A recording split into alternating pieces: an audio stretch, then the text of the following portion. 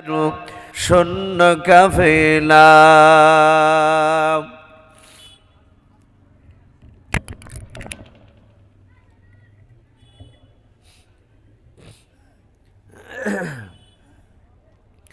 ভাই সবাই আমরা প্রাণ ভরে মহব্বত উচ্চ আওয়াজে আরেকবার বাপজি উচ্চ আওয়াজে দুরূদ ইব্রাহিমটা পড়ি না। আল্লাহুম্মা সাল্লি আলা মুহাম্মাদিন ওয়া আলা আলি মুহাম্মাদ কামা সাল্লাইতা আলা ইব্রাহিম ওয়া আলা আলি ইব্রাহিম ইন্নাকা হামিদুম মাজিদ। আল্লাহুম্মা বারিক আলা মুহাম্মাদিন ওয়া আলা আলি মুহাম্মাদ কামা বারাকতা আলা ইব্রাহিম ওয়া আলা আলি ইব্রাহিম ইন্নাকা হামিদুম মাজিদ। সাল্লাল্লাহু তাআলা আলাইহি ওয়াসাল্লাম। শ্রদ্ধেয় জনাব, আজকের জালসা নির্বাচিত মনোনীত যোগ্যতম সভাপতি মহাশয় ও সম্মানিত আমন্ত্রিত ওলামায়ে কেরাম ও আমার সম্মুখের শ্রদ্ধেয় বা জ্যেষ্ঠ বাবা জীবনেরা, আমার সমবয়স্ক ও সমাজস্ব যুবক ভাইয়েরা, পর্দার আড়ালের মা বোনেরা, সকলকে জানাই আমার বুক ভরা ভালোবাসা সালাম। আসসালামু আলাইকুম ওয়া রাহমাতুল্লাহি ওয়া বারাকাতুহু। আলহামদুলিল্লাহ, সমস্ত প্রশংসা হামদ নাত সাধনা ভোজনা সে মহান রব্বুল আলামিনের জন্য, যে মহান রব্বুল আলামিন আমাদেরকে বড় ভালোবেসে রহম করে বিভিন্ন গুনার মজলিস থেকে বাছাই করে নিয়ে এসে মহান রব্বুল আলামিন তার রহমতের মজলিসে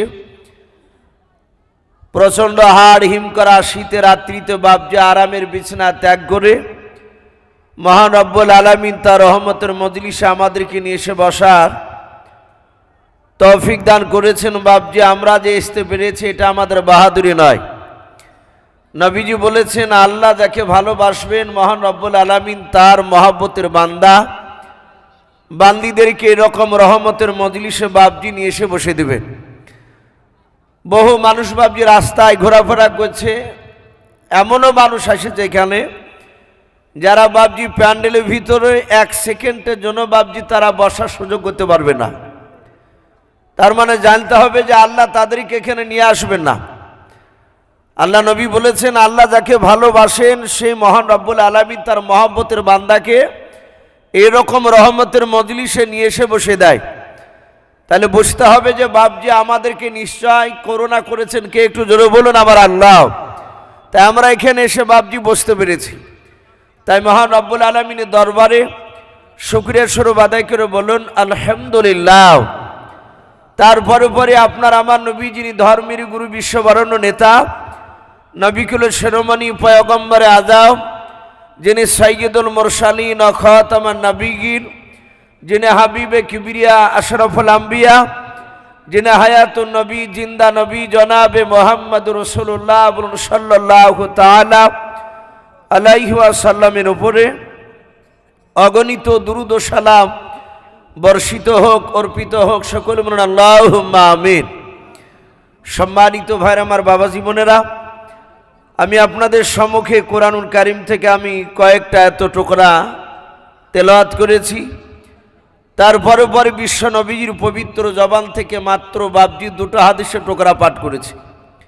ইনশাআল্লাহ যথাসময়ের মধ্যে আমার বক্তব্য করব, কারণ বাপজি কয়েকদিন থেকে খুব ঠান্ডা, সে কিটকিটে ঠান্ডা বলছে আমাদের এলাকায়, মানুষের খুব কষ্ট হচ্ছে। আমরা গাদালার ওপরে বসেছিলাম, ব্ল্যাঙ্কেটের তলে ভরা ছিলাম, তারপরও বাপজি ঠান্ডা লাগছে। আর এই যে মাটিতে ভিজা মাটি, একটা সামান্য পলিথিনের উপর বসে আছে, কষ্ট তো হবেই, কিন্তু আশা করি আল্লাহ রাব্বুল আলামিনের কাছে এই কষ্টের প্রতিদান বদলা আমাদেরকে নিশ্চয় আল্লাহ দিবেন। বলুন আল্লাহুম্মা আমিন। তো বাপজি যারা একটু পেছনে দাঁড়িয়ে আছেন, আমি অনুরোধ করব যুবক ভাই, ওইভাবে দাঁড়িয়ে না থেকে যদি একটু ভিতরের দিকে এসে জমে বসা যায়। নবীজি বলেছেন, যেখানে কোরআন এবং আমার সুন্নাতের কথা আলোচনা হয় সে মাহফিলে মানুষ যদি বাপজি সুন্নাত তরিকায় যদি বসে জমে, রাসূল বলেছেন তার পূর্বেকার জীবনের গুনাহ আল্লাহ মাফ করবেন। বলুন সুবহানাল্লাহ। আর এক জায়গায় বলা হয়েছে যে আপনি যদি রহমতের মজলিসে সুন্নাত তরিকায় বসেন, আপনি বুঝতে পারেন আর না পারে, শুধু যদি বসে থাকেন মাহফিলে, তো 500 রাকাত নফল নামাজ পড়ে যতটা সওয়াব, তার ডবল সব নেকি পাওয়া যায় এই রহমতের মজলিসে বসলে। বলুন সুবহানাল্লাহ। বাপজি, আমরা যারা একটু এলোমেলো হয়ে আসি, একটু জমে বসে, আমরা জানি নবী জামানায় রসুলের কথা যারা বাপজি মানত, তারা ছিল বাপজি সাহাবা, ইমানদার যাকে বলা হয়। বেটা ছেলে হলে বাপজি সাহাবার, মেয়ে ছেলে হলে সাহাবিয়া। পার্থক্য সাহাবা বেটা ছেলে হলে, আর মেয়ে ছেলে হলে বাপজি সাহাবিয়া।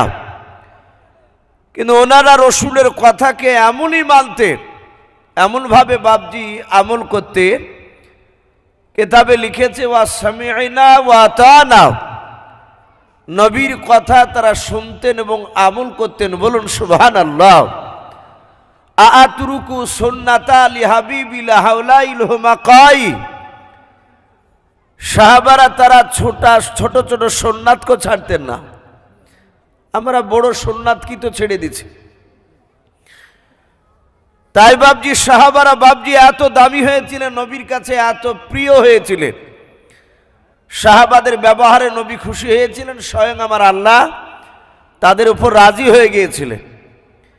এই জন্য বাপজি দেখেন সাহাবাদের নাম, হাফেজ সাহেব হোক, মৌলানা সাহেব হোক, আর কারি সাহেব হোক না কেন, মুফাসসিরিনে কেরাম, মুহাদ্দিসিনে কেরাম, তারা খুতবা পড়ে ওয়ান আবি হুরায়রাতা ক্বালা নবী সাল্লাল্লাহু তাআলা আলাইহি ওয়াসাল্লাম। আমরা দেখি যে সাহাবার নাম লিলি বলে আবু বকর সিদ্দিক রাদিয়াল্লাহু তাআলা আনহু, বলে না? এই যে রাদিয়াল্লাহু তাআলা আনহু, আপনি আমি মরে গেলে বলা যাবে? আপনি আমি মরে গেলে রাদিয়াল্লাহু তাআলা আনহু বলা যাবে না। খুব বেশি যদি বাপজি বলা যায়, যদি আপনি আমি যদি লোকের নজরও যদি একটু বুজুর্গ হই, আল্লাহর নজরে কি হবে আল্লাহই জানেন। কিন্তু একটা মানুষকে দেখছে যে মানুষটা বিড়ি খায় না, গেঁজা খায় না, গোল করে না, যাবতীয় নেশা থেকে সে বাপজি মুক্ত, তাহলে সেই লোকটা যদি 5 ওয়াক্ত নামাজ পড়ে, তো লোকেরা বলবে যে লোকটা বুজুর্গ ছিল, আল্লাহওয়ালা ছিল। যে আমরা কি বলি যে অমুক রহমাতুল্লাহ আলাই, বলে না? রহমাতুল্লাহ আপনার আমার ক্ষেত্রে যদি বুজুর্গ হই, তাছাড়া বাপজি বলা যাবে না। সাহাবাদের শানে বাপজি রাদিয়াল্লাহু তাআলা আনহু বলা হতো। সেই সময় নবীর কথাকে বাপজি যারা মানেনি, তারা ছিল বেঈমান। আমরা জানি বিশ্ব নবীর সবচেয়ে দুশমন ছিল মক্কা নগরে সেই সময়। তার নাম বাপজি ছোট বড় সকলেই জানি, আবু জাহাল। চিনি না আমরা তাকে, নাম শুনেছি। এলাকার অনেক যুবক ছেলেরা আশা করি আবু জাহাল, যাকে আমরা চলতি ভাষায় আবু জেহেল বলি, শব্দটা হচ্ছে আরবি শব্দ আবু জাহাল, কিন্তু আমরা বাংলা তো দেখেছি আবু জেহেল। এই আবু জেহেলের বাপজি বাড়িটা বর্তমান এখন আরবে পায়খানার চেম্বার করা আছে। অনেকে এলাকার যুবকরা থাকে, আশা করি তারা জানে। তে বেঈমান আবু জেহেল, এই লোকটা কি বাপজি আসলে মূর্খ ছিল? কথা বলে। আবু জেহেল এই শব্দের অর্থ হচ্ছে মূর্খের বাপ। আমি জানি না আপনাদের জানা আছে কিনা, এখানে হয়তো উলামায়ে কেরামদের জানা থাকতে পারে, আবার অনেক উলামার হয়তো মনে নাও থাকতে পারে। আবু জেহেলের বাপজি আসল নাম কাজ কি ছিল জানা আছে আপনাদের কারো? শুনলে হয়তো মনে নেই। আবু জেহেলের আসল নাম হচ্ছে বাপজি আমর ইবনে হিসাম। কি নাম বললাম একটু জোরে বলেন? আমর ইবনে হিসাম। এটা হচ্ছে আবু জেহেলের আসল নাম। প্রথমে তার বাপ মা এটা রেখেছিল। এই আবু জেহেলের নাম আমর ইবনে হিসাম। এই লোকটা সেই সময় বড় হওয়ার পরে উচ্চ শিক্ষায় শিক্ষিত ব্যক্তি ছিল। আরবে তৎকালীন সে জামানায় খুব হায়ার র্যাঙ্কের শিক্ষিত মানুষ ছিল আবু জেহেল। তাই লোকেরা ওই সময় শিক্ষার জন্য লোকেরা তার বুদ্ধির কারণে নাম দিয়েছিল আবুল হিকাম, এরা আবিদানি করতে হচ্ছে বাপজি জ্ঞানীগুণী বুদ্ধিজীবীর বাপ। কাকে বলা হতো কথা বলে? এই আবু জেহেলকে। মক্কার ছোট বড় সবাই আবুল হিকাম বলে বাপজি এই আবু জেহেলকে চিনতো, ডাকতো, জ্ঞানীগুণীর বাপ। আমরা জানি বিশ্বনবীর কথাকে সে মানে নাই। নবী তার নাম রেখেছিলেন আবু জেহেল, তুই মূর্খের বাপ। রসুল জবান দিয়ে বাপজি যেগুলো বের করেছে পৃথিবীর কোনো ব্যাটা না সেগুলোকে কেটে দিতে। আমরা হাদিসে পড়েছি ইমানদার আর বেঈমান মিলে বাপজি রসুল্লাহ মাত্র 11টা লোকের নাম লাকাব দিয়েছিলেন, 11টা। তার মধ্যে থেকে বাপজি একজন সাহাবার নাম শুনতে পাই, আবু হুরাইরা। বলে না আবু হুরাইরা? এই যে আবু হুরাইরা, ইনি একজন বিশ্ব নবীজির সাহাবা। এই আবু হুরাইরা কেতাবে লিখেছে বাপজি তার এই আবু হুরাইরা নামটা ছিল রসুলুল্লাহর দেওয়া নাম। এরও কিন্তু বাপজি একটা আসল নাম ছিল আবু জেহেলের মতো। মনে আছে কারো আপনাদের আবু হুরাইরার নাম কি? আবু হুরাইরার নাম ছিল বাপজি আব্দুর রহমান। কি নাম বললাম? আব্দুর রহমান ইবনে আউফ, আউফের বেটা আব্দুর রহমান। এই আব্দুর রহমান তার জীবনীতে লিখেছে বিশ্ব নবীর বাপজি মসজিদে নববীর পাশে নবী মক্কা থেকে হিজরত করে মদিনায় গিয়ে বাপজি একটা মসজিদ বানিয়েছিলেন, মদিনাতুন নবী, মসজিদে নববী। ওই মসজিদে নববীর পরে বাপজি একটা মাদ্রাসা বানিয়েছিলেন, পৃথিবীর সবচেয়ে প্রথম মাদ্রাসা নবী তৈরি করেছিলেন মদিনায়। সে মাদ্রাসাটার নাম ছিল আসহাবে সুফা। কি নাম বললাম মাদ্রাসার? একটু জোরে বলুন। আসহাবে সুফা, এটা নবীজি নাম রেখেছিলেন। সাহাবারা বাপজি সেখানে পড়তেন। যেমন আপনাদের এই বড় মাদ্রাসা আছে শাহজাদপুরে, তা আল্লাহ রসুলের ওই মাদ্রাসায় এই আব্দুর রহমান, এই আবু হুরায়রা যার নাম, এই আব্দুর রহমান, উনি রসুলুল্লাহর বাপজি ছাত্র ছিলেন, সাহাবা ছিলেন। কেতাবে লিখেছে 1 নয় 2 নয় 3 মাস হয়েছে নবীর দরবারে থাকা। মসজিদে নববীতে নবী বক্তব্য রাখছেন মিম্বারে বসে, শত শত সাহাবাই কেরাম সামনে বসে কথাগুলো শুনছিলেন। আর যেমন আপনারা বসে আছে এ দেখি ইউসুফ ভাই কি আলোচনা করে শুনবো। তা আল্লাহ রসুলের চেহারার দিকে সাহাবারা চেয়ে কথাগুলো শুনছিলেন। আল্লাহর নবী জনাবে মোহাম্মদ রসুল্লাহ সাল্লাল্লাহু তাআলা আলাইহি ওয়াসাল্লাম নবী আমার সাহাবাদেরকে সামনে বসে রেখে আলোচনা করেছিলেন জান্নাত জাহান্নামের কথা। আল্লাহর নবীজি সাহাবাদের দিকে চেয়ে তাকিয়ে দেখলেন আব্দুর রহমানের 2 চোখের কোনা দিয়ে ঝরঝর করে পানি ঝরে যায়। আল্লাহর দরদি নবী ডাক দিয়ে বলেন, সাহাবা তুমি আমার দিকে চেয়ে চেয়ে কেন কান্না করেছো মাওলাও? আব্দুর রহমান হাত ওখানা জোড় করে বলছেন, রাসূলুল্লাহ ইয়া হাবিবাল্লাহ ফেদা কাবি ওয়া উম্মি ইয়া রাসূলুল্লাহ। ও আল্লাহর নবীজি আপনার পদতলে আমার পিতামাতা বিসর্জন হোক, বলুন সুবহানাল্লাহ।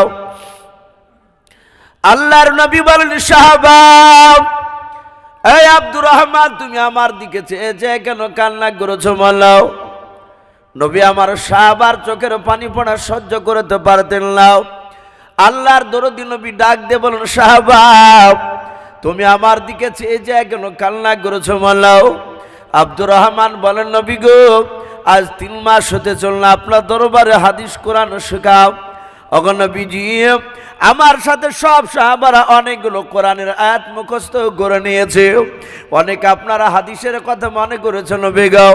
আমি আপনার কাছে 3 মাস ধরে থাকলাম, ওগো নবীজি একটা হাদিস আমার মনে নাই। নবী আপনার দরবার থেকে কোরআন হাদিসের কথা শোনার পর আমি 1 ঘন্টা যদি দূরে চলে যাই, 1 ঘন্টা পর জিজ্ঞাসা করলে আর একটা মনে থাকে না। ওগো রাসূল আমি এত চেষ্টা করি না, আমার একটা কথাও স্মরণে থাকে না, সব ভুলে যায়। নবী কেন ভুলে যায় আমি এই জন্য কান্না করছি। আমার বিশ্ব দরদি নবী কাদার বলেন সাহাবা, আমার নবী বলেন সাহাবারাও, আর কেউ কি তোমরা আছো আর এ আব্দুর রহমানের মতো তোমাদের কি ব্রেনটা কমা আছে বলো? কার হাদিস মুখস্থ থাকে নাও? সব সাহাবারা নবীজির দরবারে বাপজে বসে কেউ বাপজে কথা বলেন না, সবাই মিলে বলে ইয়া রাসূলুল্লাহ, ইয়া হাবিবাল্লাহ, আপনি যেইভাবে বলেন সেইভাবে আমাদের মুখস্থ হয়ে যায়। শুধু আব্দুর রহমান তিনি বসে বসে কাঁদার পর বলেন আমার একটাও হাদিসও মুখস্থ নাই। আল্লাহর নবী বলেন আব্দুর রহমান আর দূরে বসে থেকো না, তুমি আমার কাছে চলে এসো। আব্দুর রহমান কাছে চলে এসে নবীজির দরবারে একেবারে নবীজির কাছে, রে বাবা, নামাজের কায়দায় আল্লাহর নবীর সাহাব আব্দুর রহমান তিনি বসে বললেন। দরুদ নবী ডাক দিয়ে বলেন আব্দুর রহমান, তোমার বুঝি একটাও হাদিস মুখস্থ নাই? বলে হুজুর নাও। নবী আমার নিজে হাতে আব্দুর রহমানের চোখের পানিটা মুছে দিয়ে বললেন ওরে সাহাবাব, আজ থেকে আর কান্না করা লাগবে না। আল্লাহর দরুদ নবীর মাথার পাগড়িখানা বাপজি রুমালটা খুলে নিয়েও নবী আমার নিচে রেখে দিও। বিশ্ব নবীজির আরবিতে বাপজি আমরা সকলেই জানি হাতটাকে হাত দুনো বলা হয়। নবী যে বাপজি হাতখানা এই শাহাদাত আঙুলটা নিয়ে বাবা বিশ্ব নবী এভাবে দুটো বাপজি দাগ টানিয়ে দিলেন নবীজির উপর কতময় পাগড়িখানায়। আমরা জানি বাবা নবীজির পা থেকে বাপজি মাথা পর্যন্ত গোটা দেহখানা বরকতে ভরা ছিল। বলুন সুবহানাল্লাহ। সাহাবারা বলেন আমরা তাকে দেখলাম বিশ্ব দরুদি নবী আমার রুমালে দুটো দাগ টানিয়ে দিয়ে বললেন ওরে আব্দুর রহমান আর কান্না করো না রে সাহাবা, তোমার চোখের পানি পড়া আমি রাসূল পয়গম্বর সহ্য করতে পারি না। এই রুমালটা নাও, রুমালটা পাগড়িটা নিয়ে তুমি একটু বুকের সাথে জড়ে ধরাও। আব্দুর রহমান বুকের সাথে জড়ে ধরলেন, আবেগে থাকতে না পেরে রুমালখানা পাগড়িখানা নিয়ে বাপজি গালে মুখে বাপজি একটু বলে নিলেন। আব্দুর রহমান বলেন আমি বুলানোর পর রসুলকে দিয়ে দিলাম। আব্দুর রহমান বলেন খোদার কসম কেটে বলে ওই দিন থেকে নিয়ে ইন্তেকাল করার আগা দিন পর্যন্ত নবীর একটা কথা আমি ভুলতাম না। জোরে বলুন সুবহানাল্লাহ। এসে আব্দুর রহমান বিশ্ব নবী তাকে আবু হুরায়রা বলেছিলেন। আমরা অনেকেই জানি যে আব্দুর রহমান এই ভদ্রলোক রসুলের সাহাবা, উনি বিড়াল পুষতেন, বিড়ালকে ভালোবাসতেন। তাই নবীজি বলেছিলেন এই আবু হুরায়রাও, বিড়ালের বাপ বলেছিলেন অনেক ঘটনা আছে ওদিকে আমি যাব না। এই আব্দুর রহমান সারা পৃথিবীর বাপ যে আপনার মানুষ আব্দুর রহমান বিন আউফিন ক্বালা নবী সাল্লাল্লাহু তাআলা আলাইহি ওয়াসাল্লাম, এ বাবা হাদিস পড়ে না, সবাই পড়ে ওয়া নবী হুরায়রাতা ক্বালা নবী সাল্লাল্লাহু তাআলা আলাইহি ওয়াসাল্লাম। সাহাবারা জানেন যে রাসূলুল্লাহর পবিত্র জবান দিয়ে এই আবু হুরায়রা বলেছে, এই নামটা আর বাতিল করা যাবে না।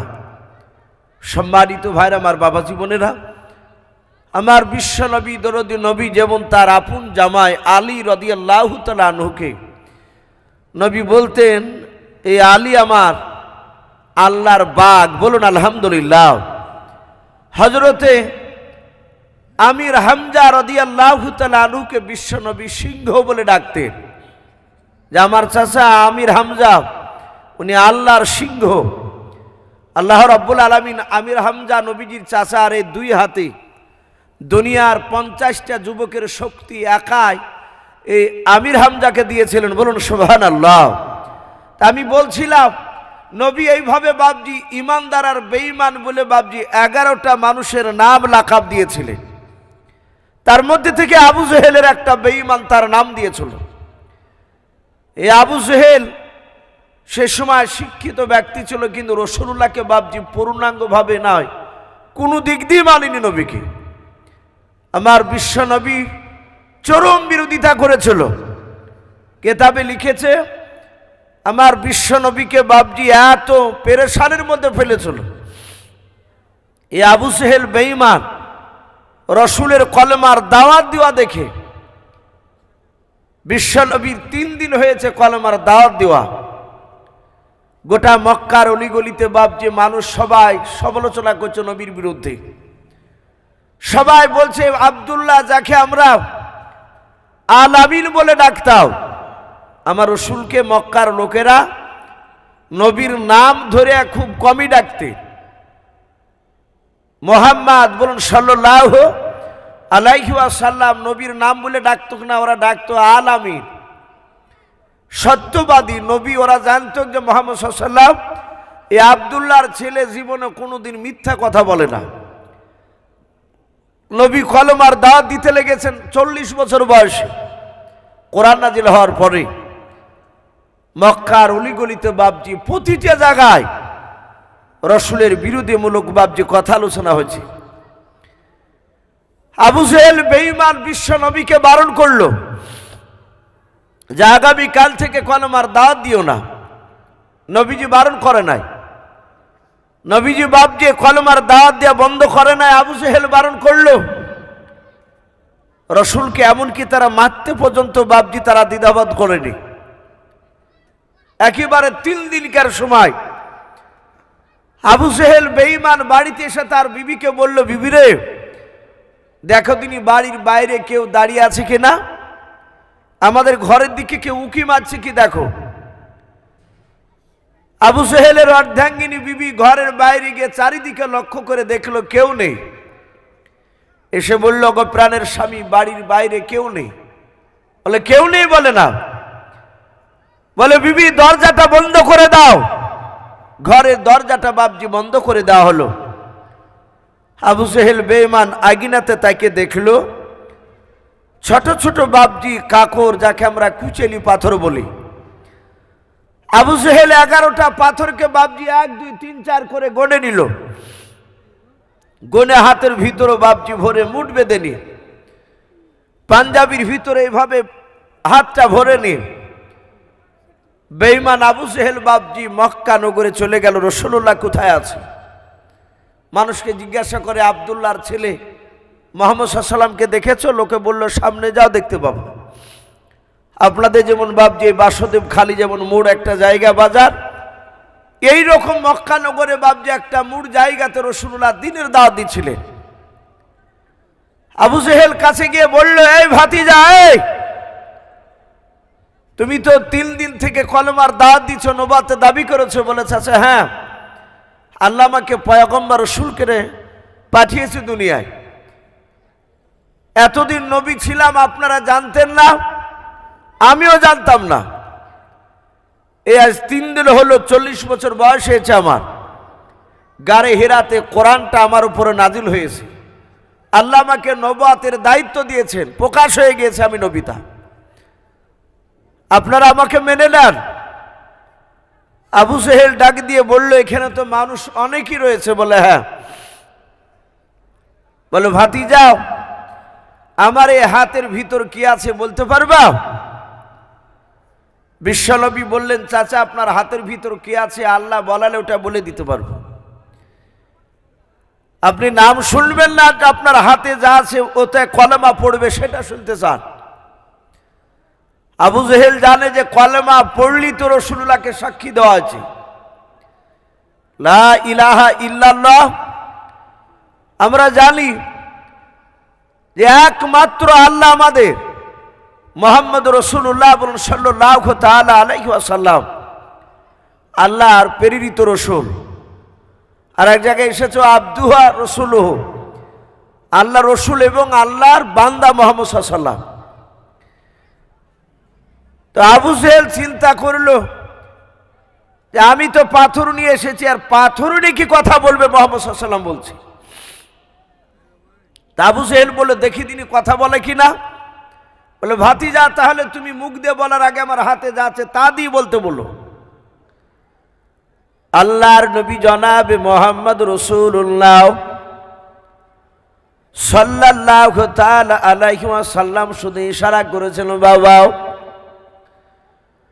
আমার নবীজিকে আল্লাহ এত পার করে পাঠিয়েছিলেন, সারা পৃথিবীর মধ্যে এমন একজন পাওয়ারফুল নবী পেয়েছি আমরা। ওরে বাবা, যে নবী দুনিয়ার বুক থেকে বাপ যে দাঁড়িয়ে শুধু আঙুলের ইশারা করেছেন চন্দ্রকে চাঁদকে, নবীজির জমিনে থেকে বাপজি দাঁড়িয়ে শুধু আঙুলের ইশারা করা বাপজি করতে দেনে সাথে সাথে বাপজি চাঁদ দু টুকরো হয়ে গিয়েছিল। বলুন সুবহানাল্লাহ।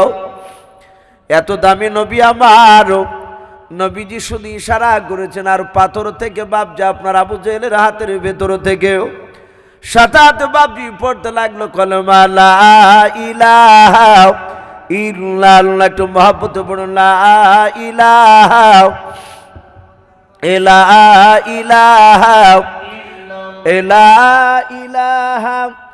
ইল্লাল্লাহু মুহাম্মাদুর রাসূলুল্লাহ।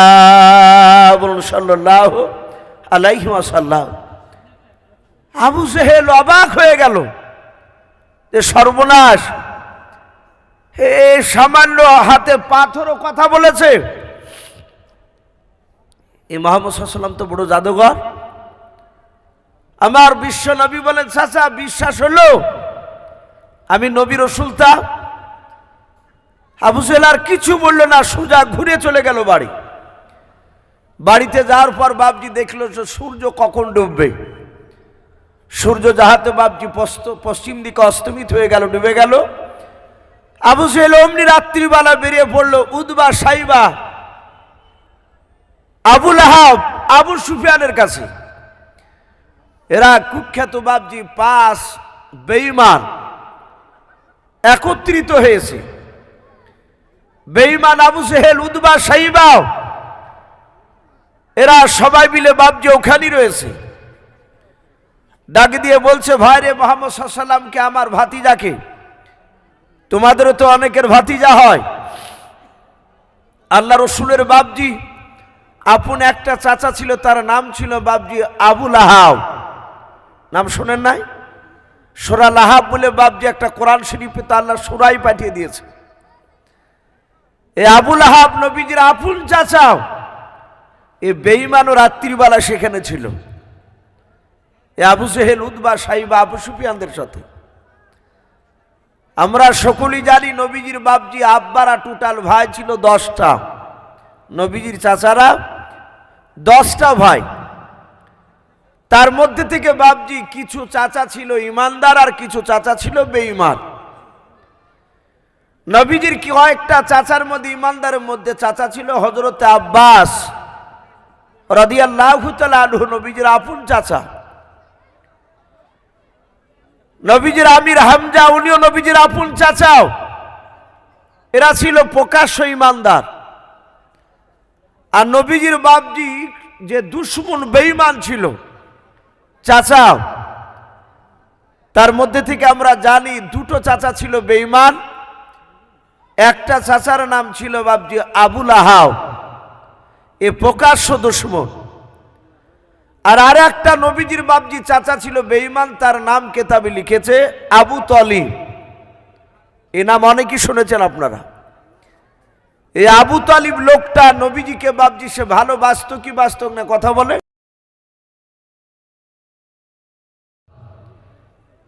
এই লোকটা আবু তালিব লোকটা মৃত্যুর পর সে কিন্তু জাহান্নামে গিয়েছে। ও যে জাহান্নামে যাবে তা আল্লাহ আবু তালিব ইন্তেকাল করার পরই আল্লাহ জানিয়ে দিয়েছে। আমার বিশ্ব নবীর চাচা যখন আবু তালিব যখন ইন্তেকাল করলো, মৃত্যুবরণ করলো, নবী বলেছিলেন চাচা একটিবার কলেমা পড়ে আমি কিয়ামতের ময়দানে কোটি কোটি মানুষের সমাগম যেদিন হবে সেই দিন আমি আল্লাহকে একটু বলতে পারবো আল্লাহ আমার চাচা একবার কলেমা পড়েছিল, তুমি ওকে মাফ করে দিয়ে জান্নাতে দাও। আবু তালিব আঙুল দিয়ে দেখাচ্ছিল ভাতিজা ওই দেখ আবু জেহেলের লোক বসে আছে। আর আবু তালিব মৃত্যুর 15 দিন আগ থেকে রাত দিন 24 ঘন্টা 2টো করে বেঈমানকে বসে রাখতো আবু তালিবের পাশে, যেন কোনো সময় যেন মুহাম্মদ সাল্লাল্লাহু আলাইহি ওয়াসাল্লামের কলেমা না পড়ে। রসুল যখনই চাপ দিয়ে বলতেন চাচা কলেমা পড়ুন, চাচা আপনার আমি ভাতিজা, আপনি আবার চাচা একবার পড়ে। আর অমনি বলতেন ভাতিজা ওই দেখ আবু জেহেলের লোক, এই সময় যদি আমি কলেমা পড়ে যদি মারা যায় লোকেরা বলবে যে আবু তালিব তার বাপ দাদার ধর্মকে অপমান করেছে। সে মৃত্যুর ভয় মনে হয় তার ভাতিজার কলেমাটাকে পড়ে নিয়েছে। এটা একটা মান সম্মানের ব্যাপার। ভাতিজা, আমি মৃত্যুবরণ করবো তাও ভালো, বাপরে আমি তোর কলেমা পড়বো না, কিন্তু আমি তোকে তো ভালোবাসি। যখনই মারা গেল রাসূল এত কাঁদলেন, রব্বুল আলামিন জিবরিলের মারফতে বললেন, ইন্নাকা লা তাহদি মান আহাবাবতা। এই আয়াতটা নাজিল হলো। আল্লাহ রসুলকে বললেন জিবরিল আলাইহিস সালাম, হে রসুল, আপনি হেদায়েতের মালিক নন, আপনি পথ প্রদর্শক, আপনি দেখান কোনটা জাহান্নামের রাস্তা কোনটা জান্নাতের রাস্তা, কাকে কোন দিকে নিয়ে যাবে সেটা আল্লাহর ব্যাপার। মা ইয়াহদিহিল্লাহু ফালা মুদিল্লা লাহু ওয়া মা ইউদলিলহু ফালা হাদিয়া লাহু। আল্লাহ বলেছেন, আমি যাকে হেদায়েত বানাবো পৃথিবীর কোনো বেটা নাই তাকে বাপজি গুমরা বানাতে, আর আমি যাকে গুমরা বানাবো পৃথিবীর মানুষ কেউ নাই তাকে বাপজি হেদায়েত বানাতে পারবে। আমরা জানি রাসূলুল্লাহ আবু জেহেল আর উমারের জন্য দোয়া করেছিলেন। আবু জেহেল ঈমান আনলো না, উমার ঈমান আনলেন।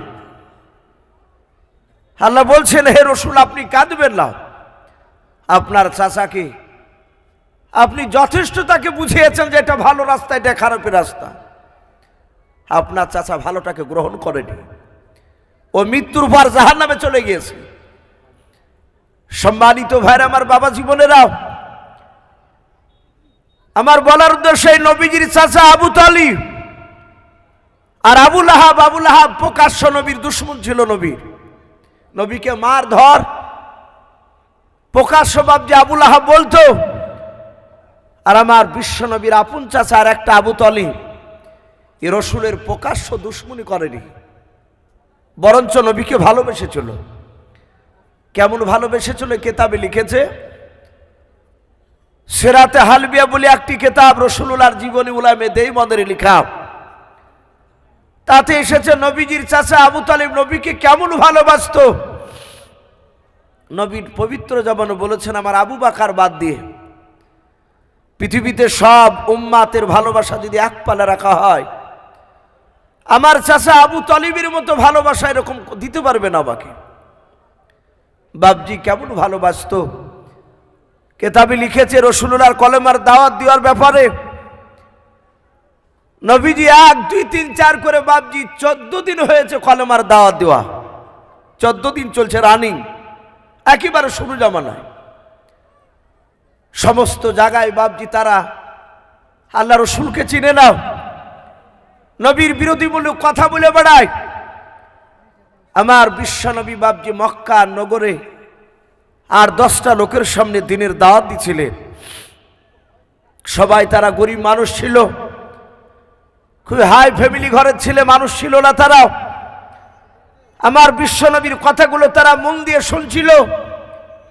আর আবু জেহেল, উতবা, সাইবা, আবু সুফিয়ান, এই 5টা মুড়ল বাপজি নেতা, কুখ্যাত বেঈমান, এরা সোজা গিয়ে আমার বিশ্ব নবীর কাছে গিয়ে বাপজি রসুলের গলাতে ধাক্কা দিয়ে রসুলকে ফেলে দিল।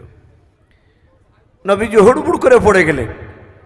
আরবে তো বাপজি একই তো পাহাড়ি এলাকা, আমার বিশ্ব নবীর পাথরে বাপজি মাথাটা পড়ে গিয়ে এত জোরে ধাক্কা দিয়েছে নবী ঝুল সামলাতে পারলেন না, কপালটা ফেটে বাপজি একটু ফুলে রক্ত বেড়ে গেল। আমার রসুল কেঁদে বললেন, চাচা আমি তো আপনার কাছে কোনো অন্যায় করিনি, এদেরকে আমি জান্নাতের রাস্তা দেখাচ্ছিলাম, আর আপনি এসে আমার গলায় ধাক্কা দিয়ে আপনি ফেলে দিলেন। আবু জেহেল চিৎকার করে চোখগুলোকে মোটা মোটা করে বলল, এই ভাতিজা, আজ তোকে সাবধান করে দিচ্ছি, এর আগেও বলেছি, আজ লাস্ট তোকে সাবধান করে দিচ্ছে, আগামী কাল থেকে যদি আমাদের বাপ দাদার ধর্মের বিরুদ্ধে কথা বলিস, এই কলেমার দাওয়াত দেওয়া যদি বন্ধ না করিস, তাহলে আমরা তোকে মারতে বাধ্য হব, আর এর চেয়ে বেশি মারব। আল্লাহ রসুলকে আবার গলায় ধাক্কা দিয়ে আবার বের করে দিল। নবী চলে গেলে তখন ওমর ফারুক রাদিয়াল্লাহু তাআলা আনহু ঈমান আনেনি। তো আবু জেহেলের দলেরই লোক। আমার বিশ্ব নবী কালতে কালতে চলে গেলেন। আর ওই সময়তেই রাসূলুল্লাহর এই আপন চাচা আবু তালিব লোকটা, ও যাচ্ছিল মক্কা নগরে। উতবা সাইবা আবু সুফিয়ান আর আবু জেহেলকে দেখে আবু তালিব বলল, ভাই আবু জেহেল কি ব্যাপার, সব মোড়লগুলোকে এখানে দেখতে পাওয়া যাচ্ছে? ডাক দিয়ে বলল যে আমরা একটা কাজে এসেছিলাম। আবু তালিবকে বলল, ভাই আবু তালিব, তোমার সম্মানের দিকে তাকিয়ে তোমার ভাতিজার গায়ে আমরা বেশি করে হাত তুলি নাই। বলে কি হয়েছে আমার ভাতিজার? বলে তুমি জানো না? আবু তালিব বলল, তা তো জানি, আজ 14 দিন থেকে আমার ভাতিজা কলমার দাওয়াত দিছে। আবু তালিব বলল, ভাই আবু জেহেল, আমি তো আমার ভাতিজার দিনকে মানি না, আমি তাকে ছোট থেকে মানুষ করেছি, আমি তো তার কথার উপর আমল করি না, আমি আমার বাপ দাদা ধর্মের উপরে আমি অটুট হয়ে আছি, আমি বাপ দাদা ধর্মকে আমি ত্যাগ করিনি। আবু জেহেল বলল, তা জানি ভাই, তুমি আমার দলেরই মানুষ।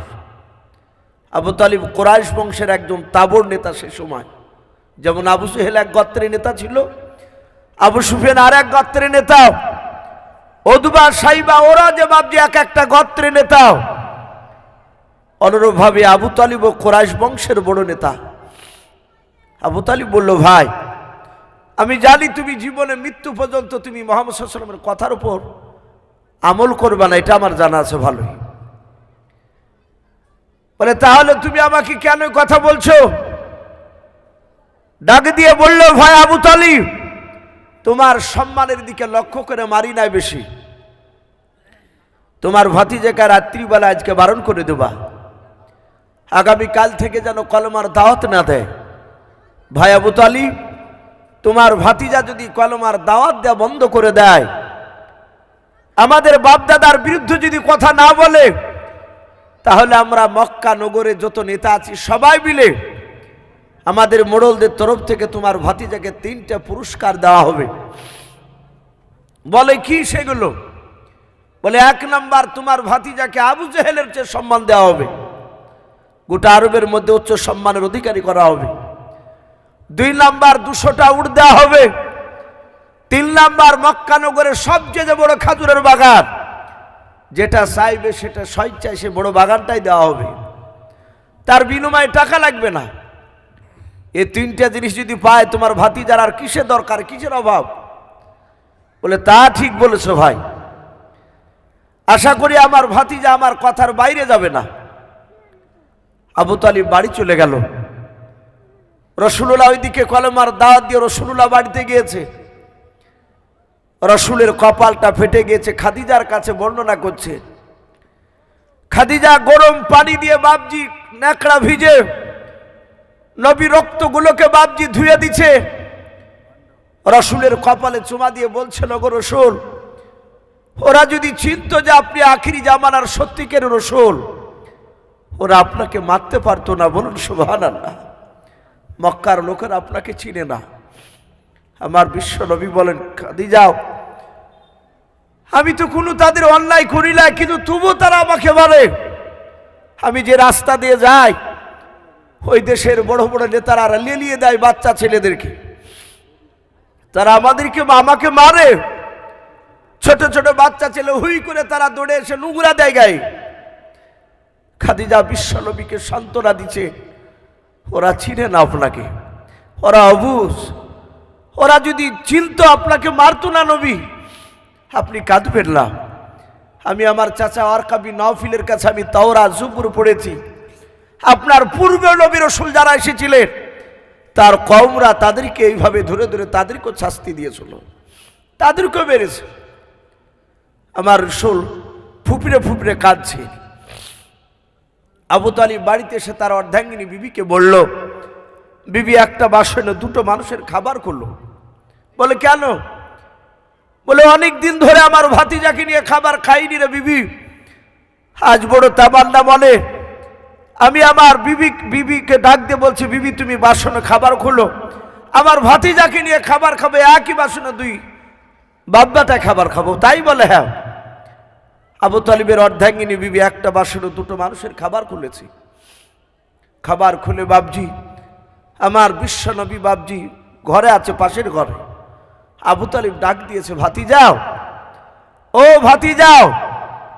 বিশ্ব রসুল শোনার সাথে হাতে এসে বললেন, চাচা আমাকে ডাকলেন? বলে হ্যাঁ। আমার বিশ্ব নবী, দরদি নবী রসুলের চাচার কাছে দাঁড়ালে, সামনে দেখছেন খাবারের বাসন। ডাক দিয়ে বলল, আবু তালিব গো ভাতিজাও, খাবার খেতে বসো। নবী বসে পড়লেন সামনে, আবু তালিবে বসে পড়ল। আবু তালিব বলে মনে চিন্তা করছে, আমি খাবার খাওয়ার আগে কি কথাটা বলবো না খাবার খাওয়ার পরে বলবো। একজন বেঈমান আবু তালিব, সে চিন্তা করলো না, খাবার খাওয়ার আগে কথাটা বলা যাবে না। যদি বলি আমার ভাতিজা যদি একটু আঘাত পেয়ে যায়, হয়তো দুঃখ করে হয় তার খাবার খাবে না। ভাতিজা যদি খাবার না খায়, আমি যে তার চাচা, সারা রাত বিছানায় ঘুমাতে পারবো না। বলুন সুবহানাল্লাহ। আবু তালিব চিন্তা করলো খাবার খাওয়ার পরে বলবো। এখান থেকে বাপজি আমাদের শিক্ষা নেওয়া দরকার। আমরা এখানে অনেক বাপজি ছেলের বাবা বসে আছে, আমাদের সন্তানরা অনেক সময় ভুল করে ফেলে। এ তো ছোট ছেলে, 10 বছর, 12 বছর, 15 বছরের সন্তান। ছেলে কোনো কাজ ভুল করলে আমরা তাকে গলায় ধাক্কা দিয়ে, বাপজি অনেক গার্জেন আছে বাপ, তার সন্তানকে বাড়ি থেকে বের করে দেয়, বলে আর বাড়িতে ঢুকবি না, খেতে পাবি না। বাচ্চার মাকে বলে, তোমায় যদি আমার বেটাকে খেতে দাও তাহলে তোমার ভাগ্যে কষ্ট আছে। কিন্তু মা সহ্য করতে পারে না। বাপ খেয়ে হয়তো পাড়ার দিকে গিয়েছে, রাত্রি হয়েছে, মা ঘুমাতে বাপজি পারে নাই, সন্তান বাইরে বাপে তার স্বামী বের করে দিয়েছে। সন্তানকে লুক করে ডেকে নিয়ে সে বাপজি রান্নাঘরে নিয়ে গিয়ে লুক করে খাবার খেতে দেয়। খাবার হয়তো ছেলে বাপজি খেতে বসেছে, 2-3 বার লুকমা দেওয়া হয়েছে, আর অমনি বাপ ঢুকে গিয়েছে। বাপ ঢুকে দেখেছে যে ছেলেকে বের করে দিচ্ছে তার পাতে খাবার, আবার চিৎকার করে বলে, কে খাবার কে দিল? ছেলে তো বাপের মুখের দিকে তাকায়, বাপজি অনেক অবুঝ বাপ, খাবারের বাসনটা কেড়ে নেয়, খেতে দেয় না। ছেলে কাঁদতে কাঁদতে বেরিয়ে যায়। সকালবেলায় শোনা যায় ছেলেটা হয় গাছ থেকে বাপজি গলাতে দড়ি দিয়ে ঝুলে মারা গিয়েছে, নালে বিষ খেয়ে বাপজি বাচ্চাটা মারা গিয়েছে। এরকম ঘটে না ঘটে? বলুন, অনেক ঘটে। এই জন্য বাপজি সন্তানকে খেতে বসলে ওই সময় আঘাতজনক কথা বলবেন না, খাবার খেয়ে নে। একজন বেঈমান আবু তালিব, সে চিন্তা করলো ভাতিজাকে আগে বলা যাবে না, খাবারটা খেয়ে নিবে তারপরে বলবো। আবু তালিব ডাক দিয়ে বলল, ভাতিজা খাবারটা তুমি খেয়ে নাও। আল্লাহর নবী জনাবে মুহাম্মদ রাসূলুল্লাহ সাল্লাল্লাহু তাআলা আলাইহি ওয়াসাল্লাম, দরদি নবী আমার আবু তালিবের দিকে তাকে ডাক দিয়ে বলেন, চাচা আপনি ভালো জানেন গো চাচাও, আমার 8 বছর বয়স আমার দাদা ইন্তেকাল করে গিয়েছিল। বলে হ্যাঁ, ওই 8 বছর থেকে চাচা আপনার কাছে আমি মানুষ হয়েছি। ওগো চাচা, আমার খাদিজার সাথে বিয়ে হওয়ার আগা দিন পর্যন্ত নয়, যেদিন বিয়ে করতে যায় সেদিন সকাল পর্যন্ত, ওগো চাচা ইয়াকে বাসনে আপনি আমাকে না নিয়ে খাবার খেতেন না। বলুন সুবহানাল্লাহ। ও চাচা, আপনি সেই দিন থেকে দেখেছেন আমাকে। ও চাচা, আপনি আগে খাবার না খেলে আমি তো খাবার খাইলাম। ওগো চাচা,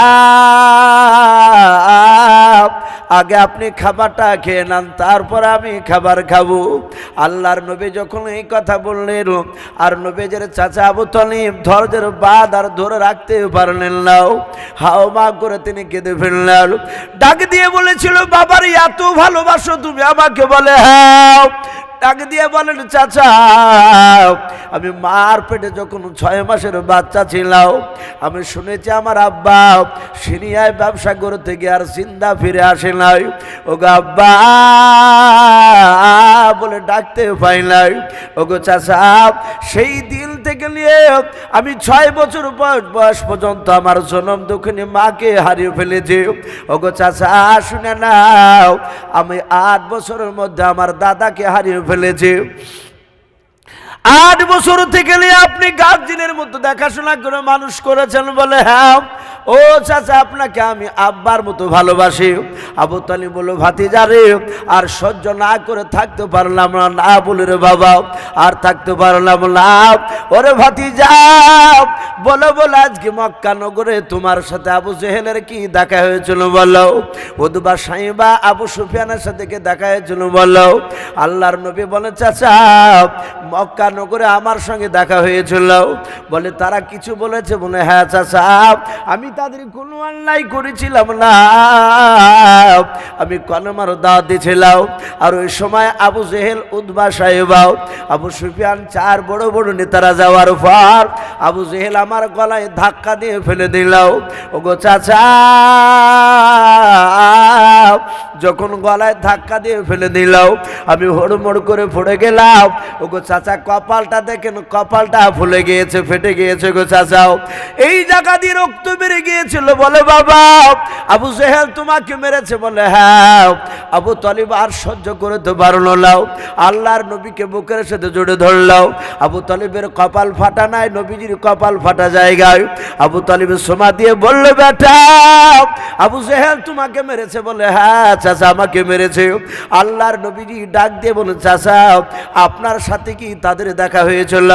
আবু তালিব বলল ভাতিজা তুমি চলে যাওয়ার পর আমি চলে গিয়েছিলাম, আমাকে ডেকে আবু জেহেলরা তারা বারবার করে তারা গরম করে বলল ওগো আমার ভাই আবু তালিব তোমার ভাতিজাকে তুমি বারণ করবা আগামী কাল থেকে যেন কলমার দাওয়াত না দেয়। এই ভাতিজা শুনে নাও, আমি তাদের চাউনি দেখলাম, তাদের তাকানো ভালো লাগলো না, তাদের চোখগুলো মোটা মোটা। আর বাবা কাল কলমার দাওয়াত না দিলে তোমাকে মারবে। ওগো বাবা তোমার আমি হাত দুখানা জুড়ে ধরে বাবা, তোমার পা দুখানা জুড়ে ধরে বাবা, আগামী কাল থেকে যেন কলমার দাওয়াত দেবা নাও। আল্লাহর নবীজি বলেন চাচা আর কি বলেছে বলুন? আবু তালিব বলল ভাতিজা তারপরে বলেছে তোমার ভাতিজা যদি কলমার দাওয়াত দেওয়া বন্ধ করে দেয়। ওগো আমার আবু তালিব শুনে নাও, আমি তোমার ভাতিজাকে 3টা পুরস্কার দেব। আল্লাহর নবী বলেন চাচা কি পুরস্কার দিব বলো বলুন? ডাক দিয়ে বলেছিল ভাতিজা প্রথম নাম্বার তোমাকে গোটা মক্কা নয় গোটা আরবের মধ্যে উচ্চ সম্মানের অধিকারী করবে। 2 নাম্বার ভাতিজা শুনে নাও 200টা হিষ্টপিষ্ট তোমাকে উট দান করবে। 3 নাম্বার মক্কা নগরের সবচেয়ে বড় খাজুরের বাগানটাও তুমি চাইলে দাবি করলে তোমাকে দিয়ে দেওয়া হবে বিনা পয়সায়। ওরে ভাতিজা এতগুলো জিনিস পেয়ে গেলে আর তোমার জীবনে কিছু করা লাগবে না। আল্লাহর নবী বলেন চাচা আর কিছু দিতে চেয়েছে? বলে না নাও। আল্লাহর নবী জনাবি মুহাম্মদ রাসূলুল্লাহ সাল্লাল্লাহু তাআলা আলাইহি ওয়াসাল্লাম ডাক দিয়ে বলেন চাচা মক্কার লোকেরা শুধু ওই 3টা জিনিস কেন গোটা পৃথিবীর যদি ধন সম্পদ যদি আপনার ভাতিজাকে যদি দিয়ে দেয়, আল্লাহর নবী বলে চাচা সারা পৃথিবীর ধন সম্পদের সাথে আসমান থেকে যদি সূর্য পেড়ে নিয়ে এসে আমার ডান হাতে দিয়ে দেয়, ওগো চাচা ওই আসমান থেকে চাঁদ পেড়ে নিয়ে এসে যদি আমার বাম হাতে দিয়ে দেয়, ওগো আল্লাহর নবীজের চাচা ডাক দিয়ে নবী বলেন ওগো আবু তালিব চাচা খোদার কসম করে বলি আমি কলমার দাওয়াত দেওয়া বন্ধ করব না। জোরে বলুন সুবহানাল্লাহ। আমার বিশ্ব নবী দরদি নবী ডাক দিয়ে বললেন আচ্ছা ভাই শ্রোতাদেরকে বলছি যেনারা এখন খাননি অল্প অল্প বলছি খাওয়া দাওয়া করে আসুন। আপনারা খাওয়া দাওয়া করে আবার যারা সজলবেন ইনশাল্লাহ। আশেপাশে যারা খেতে বাকি আছেন সকলকে বলা হচ্ছে কমিটির তরফ থেকে খাওয়া দাওয়া করেছে যারা সজলবেন খাওয়া দাওয়া করে। ভাই আমি বলছিলাম যে আল্লাহ রসুল সাল্লাল্লাহু তাআলা আলাইহি ওয়াসাল্লাম বলেন এই চাচা খোদার কসম করে বলি কলমার দাওয়াত দেওয়া বন্ধ করব না। আবু তালিব রসুলের কথা শুনে আবু তালিবের চোখ দুটো লাল হয়ে গেল। আবু তালিব ডাক দিয়ে বললে এই ভাতিজা তুমি কলমার দাওয়াত দেওয়া বন্ধ করবে না? বলে না। বলে আমিও লাত উজ্জার কসম করে বলি। সে সময় তারা লাত উজ্জাকে বড় দেবতা বলে মানত। ডাক দিয়ে বলল আমিও লাত উজ্জার কসম করে বলি ভাতিজাও আমার কণ্ঠে জান থাকা পর্যন্ত তোমার শরীরে ফুলে ছিটকি কেউ ফেলতে পারবে না। জোরে বলুন সুবহানাল্লাহ। একটু বাপজি চিন্তা করবে যে কত বড় কথা আবু তালিব বললেন যে আমার শরীরে জান থাকা পর্যন্ত তোমাকে মক্কার লোক কেউ মারতে পারবে না। তাহলে কতটা বাপজি রাসূলুল্লাহকে ভালোবাসতো। অথচ বাপজি সেই লোকটা নবীর কলমাকে বাপজি সে পড়েনি, রসুলের সুন্নাতের উপর আমল করেনি। অনেক লোক আছে, অনেক লোক চায়ের দোকান বাজার বিভিন্ন জায়গায় এই মুসলমান ঘরের ছেলেরা মুসলমান নামে অনেকেই বলে আমরা রসুলকে খুব ভালোবাসি। যদি বলা হয় যে ভাই 5 ওয়াক্ত নামাজ পড়ো, বলে না ভাই ওটা এখনো ধরিনি, জুম্মা মাঝে মাঝে যায়। আমরা অনেক এরকমও মানুষ আছি জুম্মাটা পড়ি না অনেকে, বছরকার ঈদের নামাজ ছাড়া, অথচ দাবি করি নবীকে ভালোবাসে। শুধু মৌখিক নবীকে ভালোবেসে বাপজি জান্নাত পাওয়া সম্ভব নয় যতক্ষণ পর্যন্ত বাপজি রসুলের সুন্নাতের উপর আমল না করা যাবে। আমি বলছিলাম সে আবু জেহেল, উতবা, শাইবা, আবু সুফিয়ান আর এই আবুল আহাব নবীর আপন চাচা রাত্রিবেলায় গোপনে বাপজি তারা মিটিং শুরু করেছে। নবীর আপন চাচা আছে সেখানে, সে মিটিংয়ে বাপজি আপনার ক্ষতি যতক্ষণ পর্যন্ত আপনার নিজের লোক না থাকবে আপনার বিরুদ্ধে কথা বলার, ততক্ষণ পর্যন্ত বাহিরকার মানুষ ক্ষতি করতে পারবে না। গোপনে খোঁজ নিয়ে দেখবেন আপনার নিজের মানুষ বাহিরকার লোকের সাথে হাত মিলিয়েছে, দিয়ে আপনার ক্ষতি করার চেষ্টা করছে। আবুল আহাব বলল, ভাই আবু জেহেল আমি আছি, আমার ভাতিজা বড্ড বাড়া বেড়ে গেছে, ওকে শেষ করতে হবে। সাথে হাতে বাপজি উতবার শাইবা এরা খুব ক্রিটিক্যাল ছিল, তফসিরে লিখেছে। উতবা শাইবা ডাকে দিয়ে বলল, ভাই আবু জেহেল মুহাম্মদ সাল্লাল্লাহু আলাইহি ওয়াসাল্লামকে আর দুনিয়ার বুকে বাঁচিয়ে রাখবো না। বলে কি করবা? বলে তাকে দুনিয়ার বুক থেকে একেবারে নাস্তাবুদ করে দিব। সাথে হাতে বাপজি ডাক দিয়ে বলল, কেমন করে নাস্তাবুদ করবা? বলে এই মুহাম্মদ সাল্লাল্লাহু আলাইহি ওয়াসাল্লামের জন্য গর্ত কেটে তাকে সেই গর্তের ভিতর ফেলে দিয়ে তাকে চাপা মাটি দিয়ে শেষ করে দেব। বাপজি আমার সোনা লালেরা, উতবা শাইবা যখন এই কথাটা বলল, সাথে হাতে বাপজি এই আবু জেহেল লোকটা সে বলল, ভাই মুহাম্মদ সাল্লাল্লাহু আলাইহি ওয়াসাল্লামকে যতটা মুখে বলা সহজ, বাস্তবে পরিণত করা অত সহজ নয়। বলে কেন? বলে আমার চেয়ে তোমরা বেশি মুহাম্মদ সাল্লাল্লাহু আলাইহি ওয়াসাল্লামকে চিনো না। এই উতবা শাইবা, আমি নিজ চোখে দেখেছি তাকে মারা সহজ নয় ডাইরেক্ট। বলে তুমি কোথায় দেখেছো? বাপজি আমার সোনা লালেরা ডাক দিয়ে বলল, আবু জেহেল আমি দেখেছি দুটো এতিম বাচ্চার টাকার পুটলা কেড়ে নিয়েছিলাম। আপনারা অনেকে হয়তো শুনেছেন এতিমের মাল ভক্ষণ করা বাপজি যাবে না, এটা রাসূলুল্লাহ নিষেধ করেছে, আল্লাহ নিষেধ করেছে। এই দুটো বাচ্চা ছিল, ছোট ছোট বাচ্চা ছিল, একটা বয়স বাপজি কেউ বলেছেন 8, কেউ বলেছেন 10। 2 বছরের ছোট বড় 2 বাচ্চা ছিল, তার বাপ মা বেঁচে নাই, মারা গিয়েছে, সাহারা করা কেউ নেই। ছেলে দুটোর বাপজি যা সোনা দানা ছিল, টাকা পয়সা ছিল, সেগুলোকে বাপজি আপনার পুটলার আকারে ভরে নিয়ে মাথায় করে নিয়ে সোনা দাদি যা চাঁদি যা ছিল একটা বেশ পুটলার আকারে বেঁধে নিয়ে বাপজি মাথায় করে নিয়ে রাস্তা দিয়ে চলে যাচ্ছে। আবু জেহেলের লোকেরা দেখলো এ তো টাকার পুটলা আছে, পুটলার ভিতরে টাকা সোনা চাঁদি ভরা আছে, এ টাকার পুটলাগুলো তো কৌশল করে কেড়ে নিতে হবে। বাচ্চা ছেলের দুটোর কাছে গিয়ে আবু জেহেলেরই সে চেলা তারা গিয়ে বলল, এই বাবা এই পুটলাতে কি আছে? বলে টাকা আছে, সোনা আছে, চাঁদি আছে। বলে কোথায় যাও? বলে তা জানি না, চোখ দুটো যেই দিকে যাবে সেই দিকে আমরা যাব। বললে এই তোমাদের বাপ বুঝি নাই, মা নাই? ছেলে দুটো কালতে কালতে বলে আমাদের আব্বা মা দুটোই মারা গিয়েছে, আমাদের অভিভাবক হিসাবে কেউ নেই, দেখাশোনা করার কেউ নেই। বলে শোনো বাবা, মক্কা ছেড়ে যাওয়া লাগবে না। কোথায় থাকবো আমরা? বলে ওই দেখো একটা বাড়ি দেখতে পাওয়া যাচ্ছে, ওই বাড়িওয়ালার নাম হচ্ছে আবুল হিকাম, আমর ইবনে হিশাম, ও যে আবু জেহেল। ওই লোকটা আমর ইবনে হিশাম, আবুল হিকাম নাম। সে লোকটা বড় ভালো মানুষ। বলে তাই? বলে হ্যাঁ। আবু জেহেলের কাছে বাপজি নিয়ে গেল। এরা চোখের ইশারা করে দিয়েছে যে টাকার পুটলাটা ছলো বলো কৌশলে কেড়ে নিতে হবে। এটা আবু জেহেল শয়তান, কম বাহাদুরি নয়, বিরাট বড় বেয়াদব শয়তান, এই জানোয়ার। মিষ্টি ভাষা দিয়ে বলল, বাবা তোমাদের আব্বা নাই, মা নাই? বলে না। বলে চিন্তা করো না, তোমার আব্বা মার মতো আমি ভালোবাসবো। আমার স্ত্রী তোমাকে মায়ের মতো দেখবে, তোমাদেরকে আমি তোমাদের দুই ভাইকে আব্বার মতো ভালোবাসবো। বাবা এই পুটলা কি আছে? বলে টাকা সোনা চাঁদি যা ছিল আমরা সব নিয়ে এসেছি পুটলায়। বলে তাই? বলে হ্যাঁ। ডাক দিয়ে বলল, বাবা পুটলাটা আমাদেরকে দাও, আমাকে দাও, আমার কাছে রাখবে আমানত স্বরূপ, তোমরা খাবে পড়বে থাকবে আমার বাড়িতে, এর বিনিময়ে একটা টাকাও নিব না। যেদিন স্বইচ্ছায় চলে যাবা সেদিন তোমাদেরকে টাকার পুটলাটা আমি ফেরত দিয়ে দেব।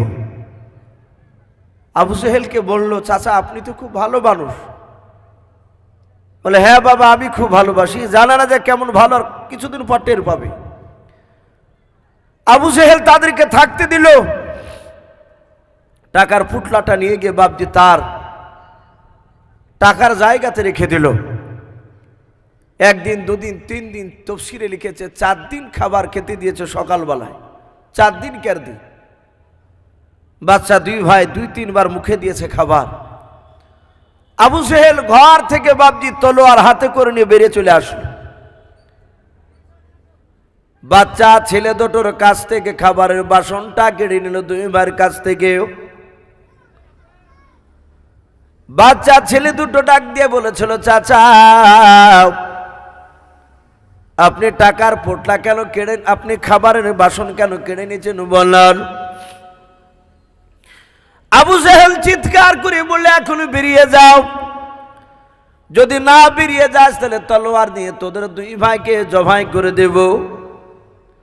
বাচ্চা ছেলে দুটো বলেছিল, চাচা এইরকম তো আপনার কোনো কথা ছিল না।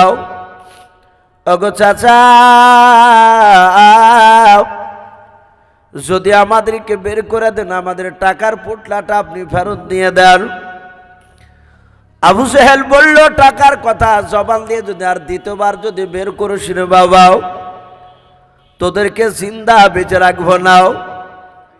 2 বাচ্চা ছিল বাবা, তারা 2 ভাই কাঁদতে কাঁদতে ঘর থেকে বাপ আবু জেহেল বের করে দিল। তারা বেরিয়ে চলে গেল রাস্তা দিয়ে, কাঁদে আর আবু জেহেলের বাড়ির দিকে ঘুরে ঘুরে তাকায়। টাকার পুটলা দেয় নাই। ওদের যা টাকা পয়সা ছিল পোটলাতেই ভরা ছিল, আর তাদের কাছে টাকা নাই। আবু জেহেলের লোকেরা তারা তাকে দেখলো, বেশ উপযুক্ত বিচার হয়েছে।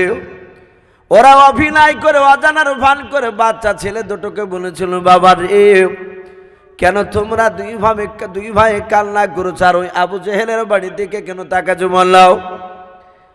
ওই ছেলে দুটো বলেছিল, চাচা ওই আবু জেহেল লোকটা আমাদেরকে খেতে দেবে পড়তে দেবে বলেছিল, ওই যেভাবে কথা বলেছিল সেই কথার খেলাপ কাজ করল, কথা মোতাবেক কাজ করল না।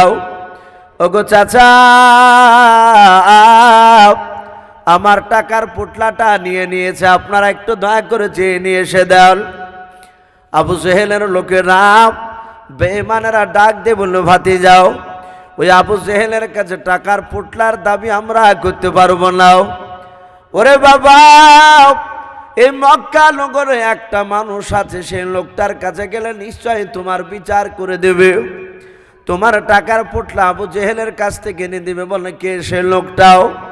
বলে সেই লোকটার নাম মুহাম্মদ রাসূলুল্লাহ সাল্লাল্লাহু তাআলা আলাইহি ওয়াসাল্লাম। ভাইরা আমার, বাবা জীবনেরা, নবীজির বাড়ি থেকে আবু জেহেলের বাড়িটা খুব একটা বেশি দূর ছিল না। আমরা হাদিসে পড়েছি, এ দেখেন হাজির সাহেব বসে আছে, তারা নিজ চোখে দেখে এসেছে। ডাক দিয়া বলল, একটু ব্যাকে গিয়ে দেখ ভাই, সামনের দিকে ওই মুহাম্মদ সাল্লাল্লাহু আলাইহি ওয়াসাল্লামের বাড়ি। ওই লোকটার কাছে গিয়ে তোমার টাকার পোটলার কথা বললে মুহাম্মদ সাল্লাল্লাহু আলাইহি ওয়াসাল্লাম আর থাকতে পারবে না। সে দৌড়ে গিয়ে আবু জেহেলের বাড়িতে গিয়ে টাকার পোটলার বিচার তোমাকে পেয়ে দেবে।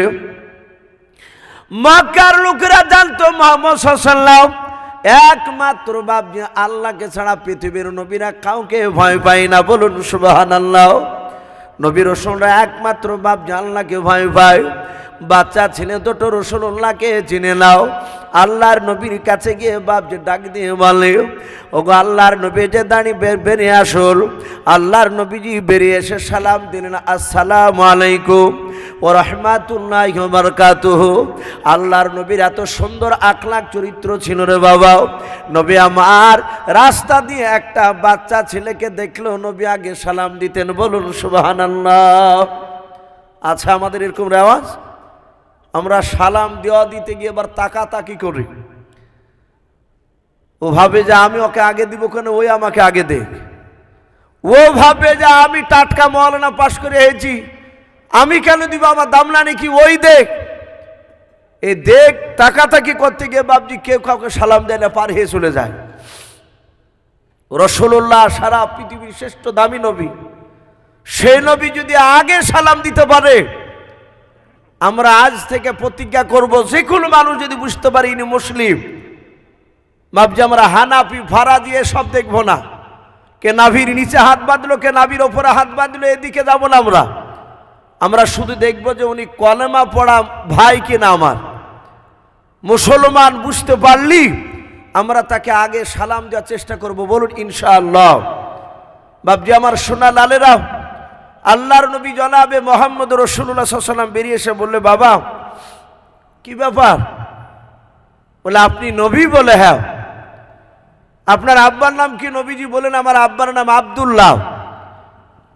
মক্কার ছোট ছেলেরাও, মদিনার ছোট ছোট ছেলেরাও রসুলকে কথা বলতে ভয় পেতেন না। বলুন সুবহানাল্লাহ। নবীর এত সুন্দর ব্যবহার ছিল। আমার বিশ্ব নবী ডাক দিয়ে বলেন, বাবা কাঁদছো কেন? বলে, চাচা ওগো আল্লাহ রসুল, আমাদের টাকার পুটলা ওই আবু জেহেল লোকটা নিয়ে নিয়েছে। নবী বলেন, তোমাদের টাকার পুটলা নিয়ে নিয়েছে? বলে হ্যাঁ। বলে দেয়নি? বলে না। ওগো নবী, সেই লোকটা আমাদেরকে দেয়নি, যেভাবে জবান দিয়ে কথা দিয়েছিল তার উল্টো কাজ করেছে। ডাক দিয়ে বলল, ভাতিজা, ওরে বাবা, তোমরা দুই ভাইকে আবু জেহেলের সামনে দাবি করতে পারবা? বলে অবশ্যই দাবি করতে পারবে। আবু জেহেলের লোকেরা তাদের উদ্দেশ্য ছিল নবীর কাছে গিয়ে বলে, নবী আর বসে থাকবে না, নবী আবু জেহেলের বাড়িতে যাবে। ওই বাচ্চা ছেলে দুটোর টাকার পুটলা যখন আবু জেহেলের বাড়িতে গিয়ে নবীজি ডাক দিয়ে বলবে, চাচা আপনি এই দুটো বাচ্চা ছেলের টাকার পুটলা কি কেড়ে নিয়েছেন? আপনি বলুন। যখনই নবী যে আবু জেহেলের বাড়িতে গিয়ে টাকা দাবি করবে, আর ওই সময় আবু জেহেল বাড়ির ভিতরে পেয়ে তার ভাতিজাকে দরজা বন্ধ করে দিয়ে ঘরের ভিতরে মুহাম্মদ সাল্লাল্লাহু আলাইহি ওয়াসাল্লামকে মারবে। আমরা আবু জেহেলের লোকেরা দূর থেকে আমরা হাততালি মেরে মেরে আনন্দ ভোগ করব, আমরা আনন্দ পাবো। এটা ছিল বাপজি আবু জেহেলের লোকেদের মনের তামান্না বাসনা। ওই আবু জেহেলের লোকেরা বাপজি রাস্তার দুই ধারে খাজুর গাছের আড়ালে তারাও কি মেরে মেরে দেখছিল নবীজি যাচ্ছিল। আমার বিশ্ব নবীজি দুই বাচ্চার হাত ওখানা ধরে ধরে নিয়ে যাচ্ছে। আবু জেহেল বাবা ঘরের দরজা থেকে তাকে দেখলো যে বাচ্চা ছেলে দুটোর টাকার পোটলা কেড়ে নিয়েছে। আমি তাদেরকে বাড়ি থেকে খাবার খেতে দেই নাই, খাবার খেতে দিয়ে খাবারের বাসনগুলো কেড়ে নিয়েছিল, গলায় ধাক্কা দিয়ে বের করে দিয়েছি। ওই বাচ্চা ছেলে দুটোকে আবার মুহাম্মদ সাল্লাল্লাহু আলাইহি ওয়াসাল্লাম আমার ভাতিজা নিয়ে আসছে হাত দোকানা ধরে ধরে। আল্লাহ রসুলকে দেখতে পেয়েছে নবী আমার 25 থেকে 30 হাত দূরে থাকতে আবু জেহেল চিৎকার করে বলেছিল, ওরে ভাতিজা খবরদার ওখান থেকে আর সামনে আসবা না। আল্লাহ রসুল দুই বাচ্চা ছিলেন, হাত দুখানা ধরে বলেছিলেন, চাচা কেন আগে যাব না? বলে বাবা ওখানে দাঁড়ারে বাবা। বলে চাচা আমি এখান থেকে আর আপনার কাছে যাব না। বলে নাও। বলে কেন? বলে ভাতিজা তোকে বারণ করেছে, তুমি ওখানে তুমি দাঁড়িয়ে যাও। নবী বলেন চাচা দাঁড়ালাম, আর এগোবো না, সামনের দিকে যাব নাও। কিন্তু কথা বলুন, এই বাচ্চা ছেলে দুটোর টাকার পোটলা কি আপনি কেড়ে নিয়েছেন? আপনার বাড়িতে আছে কি? একটু একটু দয়া করে বলুন। আবু জেহেল বলল, ভাতিজা বাচ্চা ছেলের টাকার পোটলা আমার ঘরে ভরা আছে। বলে আপনি দেন নাই? বলে না দিই নাই। বলে আপনাকে হুকুম করেছে টাকার পোটলা বাচ্চা ছেলের দুটো হলে আপনি ফিরে নিয়ে এসে দিয়ে দেন এখনই। বলে ভাতিজা তুমি দাঁড়াও, আমি ঘর থেকে নিয়ে আসছি রে বাবা, আর আইগো বানা সামনের দিকে আসো বানাও। আবু জেহেলের লোকেরা দূর থেকে বাপজি দৃশ্যখানা দেখে তারা অবাক হয়ে গিয়েছে। কি ব্যাপার? ছলে বলে কৌশলে তার দুশ্মনকে নিয়ে যেতে দিলাম বাড়ির দিকে। বাড়ির দিকে যাচ্ছিল, আর আবু জেহেল আর বাড়িতে যেতে না দিয়ে দূর থেকে স্বীকার করে নিল টাকার পোটলা নিয়েছে বলে। মুহাম্মদ সাল্লাল্লাহু আলাইহি ওয়াসাল্লাম চাইলো আর ফিরে দিচ্ছে টাকার পোটলাটাও। আল্লাহর নবীর কাছে এসে টাকার পোটলা আবু জেহেল সামনে দিয়ে দিল। নবী ডাক দিয়ে বলেন, বাবা দেখো টাকার পোটলাতে সঠিক টাকা আছে কি নাও। ডাক দিয়ে বাচ্চা ছিল দুটো টাকার পোটলা খুলে বলেছিল, চাচা ও নবীজি আমাদের একটা টাকা পোটলা থেকে নাই নাই। বলুন সুবহানাল্লাহ। নবী বলেন নাইলি? বলে না। বলে তাহলে বাড়ি চলো। আবু জেহেল বলল, ভাতিজা আর আমার কাছে নাই, যা ছিল সব টাকার পোটলা ফেরত দিয়ে দিলাও। আল্লাহর নবী জনাবে মোহাম্মদ রাসূলুল্লাহ সাল্লাল্লাহু আলাইহি ওয়াসাল্লাম চলে গেলেন।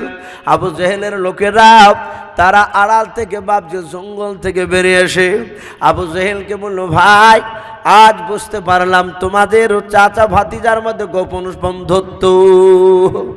বলে নিশ্চয় তোমাদের সাথে বন্ধুত্ব রয়েছে। আবু জেহেল দেখল এরা তো আমাকে উল্টে বুঝেছে। আবু জেহেল বলল, ভাতিজা ভাই কেন? ডাকি দিয়ে বলল, তোমার ভাতিজাকে ছলো বলো কৌশল তোমার বাড়ির দিকে নিয়ে যাচ্ছিলাও, আর তুমি বাড়িতে যেতে দিলে নাও। টাকার পোটলা একটিবার তুমি না বললে না, স্বীকার করে নিয়েছো। আবু জেহেল বলল, বন্ধুরা শুনে নাও, আমার ভাতিজাকে আমার চেয়ে তোমরা বেশি চিনো না। বলে না চিনি নাও। বলে কেমন করে বেশি চিনো? বলে বন্ধুরা শুনে নাও, ওই ভাতিজা বড় জাদুঘর, তোমাদেরকে জাদু করে নাই, আমাকে জাদু করেছিল। বলে কেমন করে? বলে ভাই ওই মুহাম্মদ সাল্লাল্লাহু আলাইহি ওয়াসাল্লাম আমার ভাতিজা যখন বাচ্চা ছিল দুটো নিয়ে আমার বাড়ির দিকে আসতেছিল, ওই সময় আমি তার দিকে তাকে দেখলাম, তার দুই দিক থেকে এক নয় দুই নয় 60 থেকে 70 খানা তলোয়ার। মনে হচ্ছিল তার দুই দিক থেকে ছুটে এসে আমার বুকে এসে গেঁথে যাবে।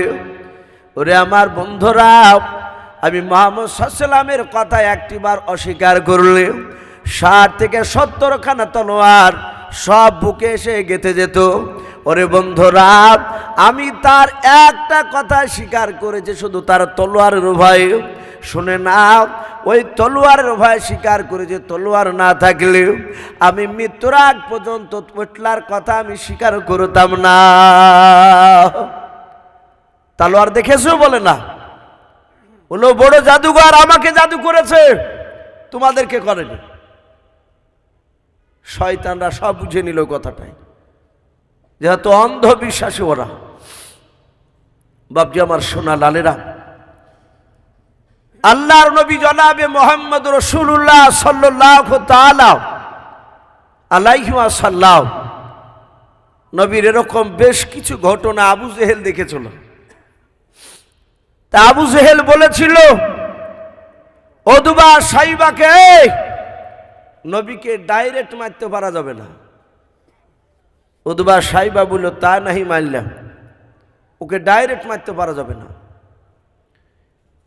বলে কি করা যায়? বলে আগামীকাল সকালবেলা মিটিং ডাকেন। তাফসীরে মারিফুল কোরআনে এসেছে সকালবেলা বেঈমান আবু জেহেল বাপজি তার দলের লোককে ডাকলো। এক নয় দুই নয়, 12,000 বেঈমান বাপজি সব মুশরিকের বাচ্চারা সব একত্রিত হলো। সে সভার প্রধান বক্তা ছিল বেঈমান আবু জেহেল। আবু জেহেল ডাকে দিয়ে বলল, এই মক্কা নগরে কেউ কে আছো মুহাম্মদ সাল্লাল্লাহু আলাইহি ওয়াসাল্লামকে হেনস্থ করার মতো কেউ? সম্মানিত ভাইরা আমার, বাবা জীবনেরা, আমার বিশ্ব নবী দরদি নবী জনাবে মোহাম্মদ রাসূলুল্লাহ বলুন সাল্লাল্লাহু তাআলা আলাইহি ওয়াসাল্লাম, নবীজিকে বাপজি হেনস্থ করার অনেক মানুষ চেষ্টা করেছিল, পারেনি। ভাই, আমরা একটা দুটো করে মানুষ উঠে চলে যাচ্ছে আর মানুষের কম, আর তাতে ঠান্ডার সময় সত্যি প্রতিটা মানুষের কষ্ট হচ্ছে। প্রায় রাত্রি 10:30 বাপজি বাজতে চললো। দোয়া কি করে দিব ভাই? যেহেতু রাত্রি 10:30 মানে বিরাট রাত্রি এখন, তো যাই হোক আর মিনিট 10-15 বাপজি একটু বসি, ইনশাল্লাহ আমরা হুজুরকে নিয়ে দোয়া করিনি, ইনশাল্লাহ আমরা বাড়ি যাবো এখান থেকে। আর দোয়া মুখ্য ইবাদত, দোয়া হচ্ছে সমস্ত ইবাদতের মগজ বলা হয়েছে। আমরা সম্মিলিতভাবে আল্লাহর কাছে বাপজি দোয়া চাইবো। আমাদের অনেকের আত্মীয় স্বজন কবরবাসী হয়ে গেছে, জানি না তারা অন্ধকার কবরে কি অবস্থায় বাপজি শুয়ে আছে। তা আমি বলছিলাম আল্লাহর নবী জনাবে মোহাম্মদ রাসূলুল্লাহ সাল্লাল্লাহু তাআলা আলাইহি ওয়াসাল্লাম আমার বিশ্ব নবীকে বাপজি মারার জন্য আবু জেহেল 12,000 লোককে ডেকেছিল। ডাক দিয়ে বলল, কেউ আছো মুহাম্মদ সাল্লাল্লাহু আলাইহি ওয়াসাল্লামকে মারতে পারবা? বাপজি ওখানে অনেক লোক ছিল, কেউ বাপজি আপনার হাত তুলতে পারে নাই। তাফসীরে মারিফুল কোরআনে এসেছে, আমরা জানি হযরত আমিরুল মুমিনিন উমর ইবনুল খাত্তাব রাদিয়াল্লাহু তাআলা আনহু, এই খাত্তাবের বেটা উমর, উনি হাত উঁচু করে এভাবে বলেছিল, আবু জেহেল ওকে হুজুর টুজুর বলতো না উমর, মানে উমর তো জানে যে ওর চেয়ে শক্তিশালী আমি। তাই বললে, আবু জেহেল আমি মুহাম্মদ সাল্লাল্লাহু আলাইহি ওয়াসাল্লামকে আমি মারতে পারবো, কিন্তু একটা কথা দাও। কথা বলো। আমি যতটা শুনেছি দেখেছি, মক্কার ছোট বড় প্রতিটা মানুষ সবাই আব্দুল্লাহর ছেলে মুহাম্মদ সাল্লাল্লাহু আলাইহি ওয়াসাল্লামকে ভালো বলে, বলুন আলহামদুলিল্লাহ। এটা ওমর প্রশ্ন করেছিল। আর শুধু তুমি বলো ওকে মারো মারো, ব্যাপারটা কি? ওমরকে বলল, ওমর তুমি মুহাম্মদ সাল্লাল্লাহু আলাইহি ওয়াসাল্লামের নতুন কথাগুলো শোনোনি? হাদিসে এসেছে বাপজি, আমার রাসূলের উপর কোরআন নাজিল হওয়ার পরে কাফেররা দেখেছিল কোরআন এমন একটা জাদুকৃত কিতাব, কোরআন এমন একটা আকর্ষণ, মানুষ একটু মন দিয়ে শুনলি মক্কা নগরে সেই সময় তারা নবীর না হয়ে থাকতে পারত না, বলুন আলহামদুলিল্লাহ, তারা নবীওয়ালা হয়ে যেত। তাই আবু জেহেল উতবা সাইবারা যুক্তি করে মিটিং করে তারা বলেছিল, লা তাসমাউ লিহাযাল কোরআন ইলা আখিরিল আয়াত, তারা বলেছিল খবরদার মুহাম্মদ সাল্লাল্লাহু আলাইহি ওয়াসাল্লামের কোরআনকে শুনো না। এভাবে আঙ্গুল দিয়ে তারা চলে যেত। এখনো এক দল আছে পৃথিবীতে বাপজি মুসলমান, তাবলিগ জামাতকে সবাই ভালোবাসে না। আমি জানি না আপনাদের এলাকায় ওই দল আছে কিনা, আমার মনে হয় এখন আর নেই। এসব আপনাদের এই শাহাদাতপুর মাদ্রাসার এই যে হুজুর বসে আছেন প্রাক্তন মাওলানা, আপনাদের এলাকার খুব দামি, ওনাদের মেহনতে বাপজি অনেক শিরিক বেদাত আপনাদের এখান থেকে একদম দূর হয়ে গেছে। যেটা বাপজি পাথর সাপড়িতে যায়, যারা ওই সব লোকগুলো আমাদের এলাকায় আছে, তারা তাবলিগের বাপজি মসজিদে তাবলিগ যেতে দেয় না। আমাদের এলাকায় অনেক মসজিদে যেতে দেয় না। ওরা বলে যে তাবলিগের কথা শুনো না, এরা পাকা নবী দুশমন। আমরা দেখেছি ভাই, আমি একটা আমাদের এলাকায় জালসা বাবজি আমাকে দাওয়াত করেছে 3টে শিক্ষিত ছেলেতে। জালসার 2 দিন আগে ফোন করে বলছে হুজুর মাফ করবে। কেন? বলে হুজুর আপনার আর মুফতি জারজি সাহেবের নাম শুনে আমাদেরকে আর জালসা করতে দিবে না। কেন? বলে ওদেরকে এখানে নিয়ে আসা হবে না। তা আমি বলেছিলাম যে ভাই একটু 8 ঘন্টা ওয়াজ করতে দিবে না, ওরা শুনবে, শুনে যদি বুঝতে পারে কেন আমাদেরকে করতে দেবে না? বলে আপনারা নাকি নবীর দুশমন। বলুন আস্তাগফিরুল্লাহ, আমরা নাকি নবীর দুশমন? আমাদের কথা তো বাবজি নবীর দুশমনওয়ালা কথা বুঝতে পারে? আমরা তো নবীর মহাব্বতের সাহাবাদের নবীদের কথা বলি। আমি নিজ চোখে দেখেছি বাবজি, আমরা আলোচনা করার পরে দূর থেকে লোকগুলো অনেকে শুনছিল, আস্তে আস্তে এগিয়ে আসছে। পরে সে বলছে হুজুর মাফ করবেন, আপনাদেরকে অনেক গালিগালাজ করেছি, কিন্তু আমাদেরকে মারেনি, নবীকে মেরেছে। তো অনেক জায়গায় এরকম আছে। তো আবু জেহেলরা বলল মুহাম্মদ সাল্লাল্লাহু আলাইহি ওয়াসাল্লামের কথা শুনবা না, এভাবে কানা হাদিবা। ওরাও জানে যে তাবলিগওয়ালা লোক হক্কানি আলেমদের কথা শুনলে তারা বুঝে নিবে যে এরা আমাদেরকে ভুগে ভুগে খায়, ওদের কথা শুনবে না, এই জন্য বাপ যে কথাটা তারা বলে। আবু জেহেল বলেছিল মুহাম্মদ সাল্লাল্লাহু আলাইহি ওয়াসাল্লামের কথা শুনবা না। নবীর লোক সাহাবাদেরকে যাদেরকে দেখতেন কাফের অমনি কানা হাদিতে, কানে তুলে ভরে হাঁটতো। ওমর রসুলের কথা শুনে নাই, কিন্তু নবীকে মারবো মারবো করতো। নবীর অনেক সাহাবাকে ওমর মেরেছে। আবু জেহেল বুলিয়েছে, তুলি নিয়ে গিয়ে মারতে শুরু করেছে। ওমর বলল আমি মারবো বেটা মুহাম্মদ সাল্লাল্লাহু আলাইহি ওয়াসাল্লামকে। সব 12,000 লোক এভাবে হাত তালি মেরে বলল খাত্তাবের বেটা ওমর ছাড়া কেউ মারতে পারবে না। ওমর বলল মারতে পারলে কি দিবা? তাকে কয়েকটা পুরস্কার ঘোষণা করলো। ওমর বলল দিবা তো আবু জেহেল? বলে হ্যাঁ দিব। বলে তুমি পাহাড়ে হাদা, কুবা পাহাড় বলে একটা পাহাড় রয়েছে, মক্কার লোকেরা ওই পাহাড়ে হা দিয়ে কথা দিলে সেই কথা তারা পুরা করত। সে সময় আবু জেহেল বলে আমি কথা দিলাম। বলে তাই? বলে হ্যাঁ। বলে একটা বিষাক্ত ছোরা দেন। ওমরকে একটা বাবজি ছোরা দিল। ছোরাটা বাবজি কোমরে ভরে নিয়ে ওমর দৌড়াচ্ছে রাসূলুল্লাহকে মারবে। মুহাম্মদ সাল্লাল্লাহু আলাইহি ওয়াসাল্লাম অতিবাড়া বেড়েছে। 12,000 লোকের মধ্যে বাবজি কেউ হাত তোলেনি, শুধু ওমর তুলেছে হাত। হযরত ওমর বাবজি দৌড়ে চলে যাচ্ছে মরুভূমির ময়দান দিয়ে। ময়দানে যাচ্ছিল, দেখছিল রাসূলুল্লাহর একজন সাহাবা, কিতাবে নাম এসেছে হযরতে নাঈম রাদিয়াল্লাহু তাআলা আনহু বলে নাম। নাঈম বলেন ভাই ওমর, ও তো উত্তেজিত ভাবে দৌড়া কোথায়?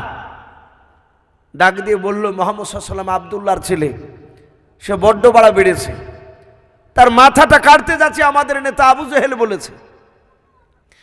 নাঈম বলল ভাই তুমি তো একাই, আর মুহাম্মদ সাল্লাল্লাহু আলাইহি ওয়াসাল্লামের তো সাথী আছে, তারা তো তোমাকে কম করে ছাড়বে না।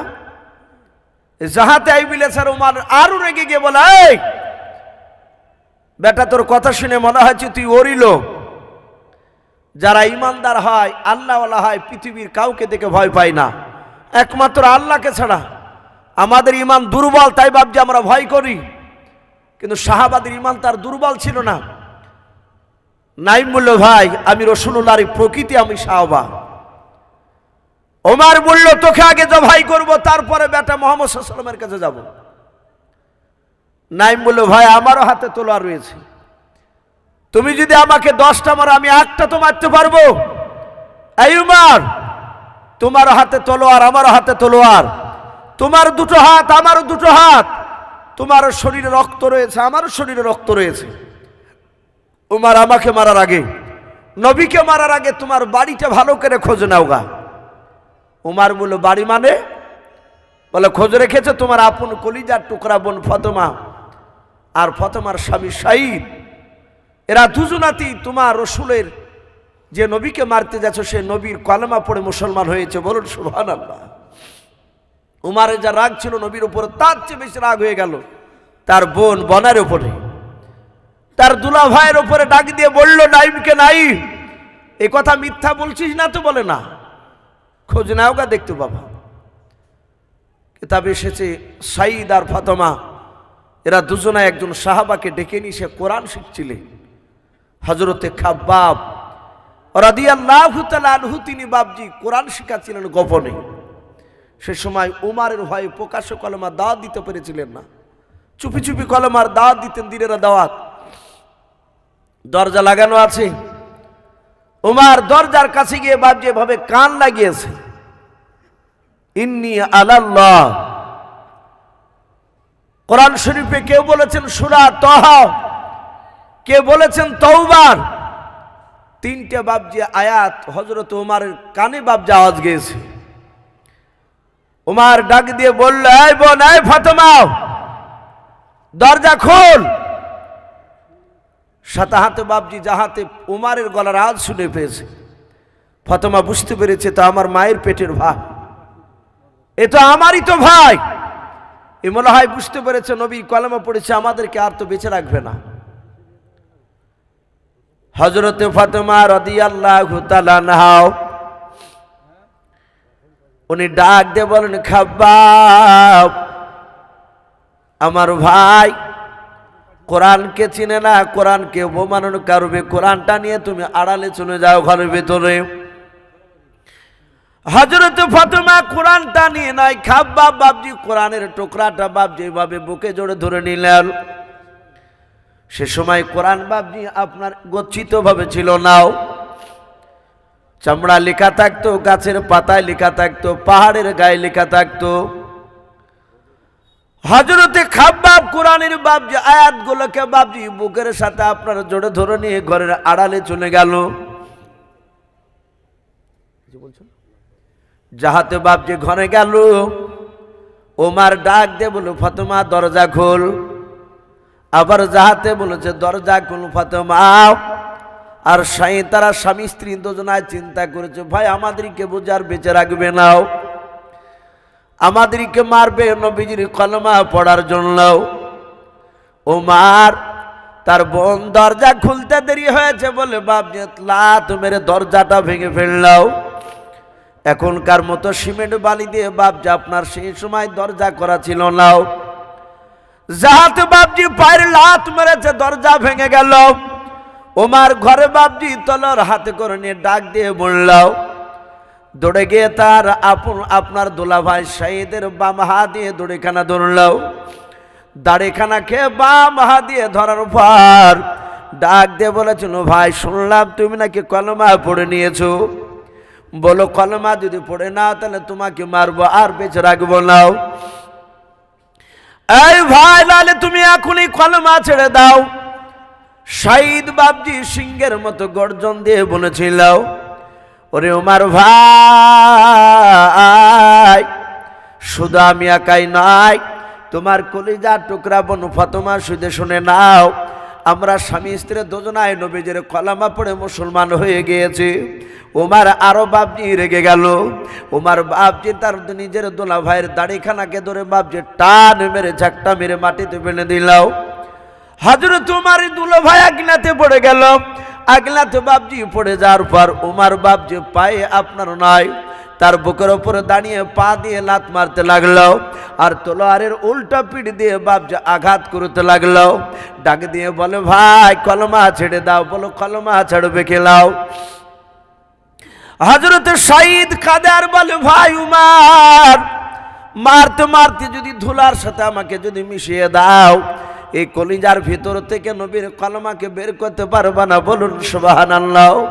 হযরত বাপজি আপনার ফাতেমা তাকে দেখলাও, আমার স্বামীকে আমার ভাই মারতে মারতে মেরে ফেলবে, রক্ত ঝরতে লেগেছে। হযরত ফাতেমা দৌড়ে গিয়াও নিজের স্বামীর বুকের ওপর শুয়ে পড়ে বলেছিল, ভাই আমার স্বামীকে মেরো না, আমাকে মারো, স্বামীকে ছেড়ে দাও। হযরত বাপজি ওমর এত অন্ধ হয়ে গিয়েছিল, তার দিলটা পাথরের মতো শক্ত হয়ে গিয়েছিল রে বাবা। ওমর নিজের বোনের ওপর বাপজি সেই সময় রহম হলো নাও, নিজের বোনের ওপর রাগ করে বাপজি থাকতে না পেরে ওমর চুলের মুঠিখানা বাম হাত দিয়ে ধরে বাবা আগুনেতে টান মেরে ফেলে দিলাও। দাঁড়াস করে বাপজি চিত হয়ে পড়ে গেল। হযরত বাপজি ওমর দৌড়ে গিয়ে তার বোনের বুকের ওপর দাঁড়িয়ে পা দিয়ে বাপজি লাত মারতে লাগলো আর বলতে লাগলো, ওরে বলু ফাতেমা, মারতে মারতে তোর বুকের বাতাগুলো ভেঙে দেব, বল এখনো নবীজিকে ছাড়বে খেলাও। তোলারের উল্টো পেট দিয়ে বাপজি আবার মারতে শুরু করলাও। ফাতেমা ডাক দিয়ে বলেন, ভাই মারো গো, নবীজির কলমা ছাড়ব নাও। আবার মারতে শুরু করলাও। এত মার মারে হযরত ফাতেমা একটিবারও বাপ যে বলে নাই যে আমি কলমা ছেড়ে দেব। যত মারে তত ফাতেমা চিৎকার করে বলে, ভাই আরো মান ভরে তুমি মারো ভাই। শুনে নাও, আমাদেরকে মেরে ফেলতে পারো কিন্তু নবীজির কলমা আমার কলিজা থেকে বের করতে পারো মালাও।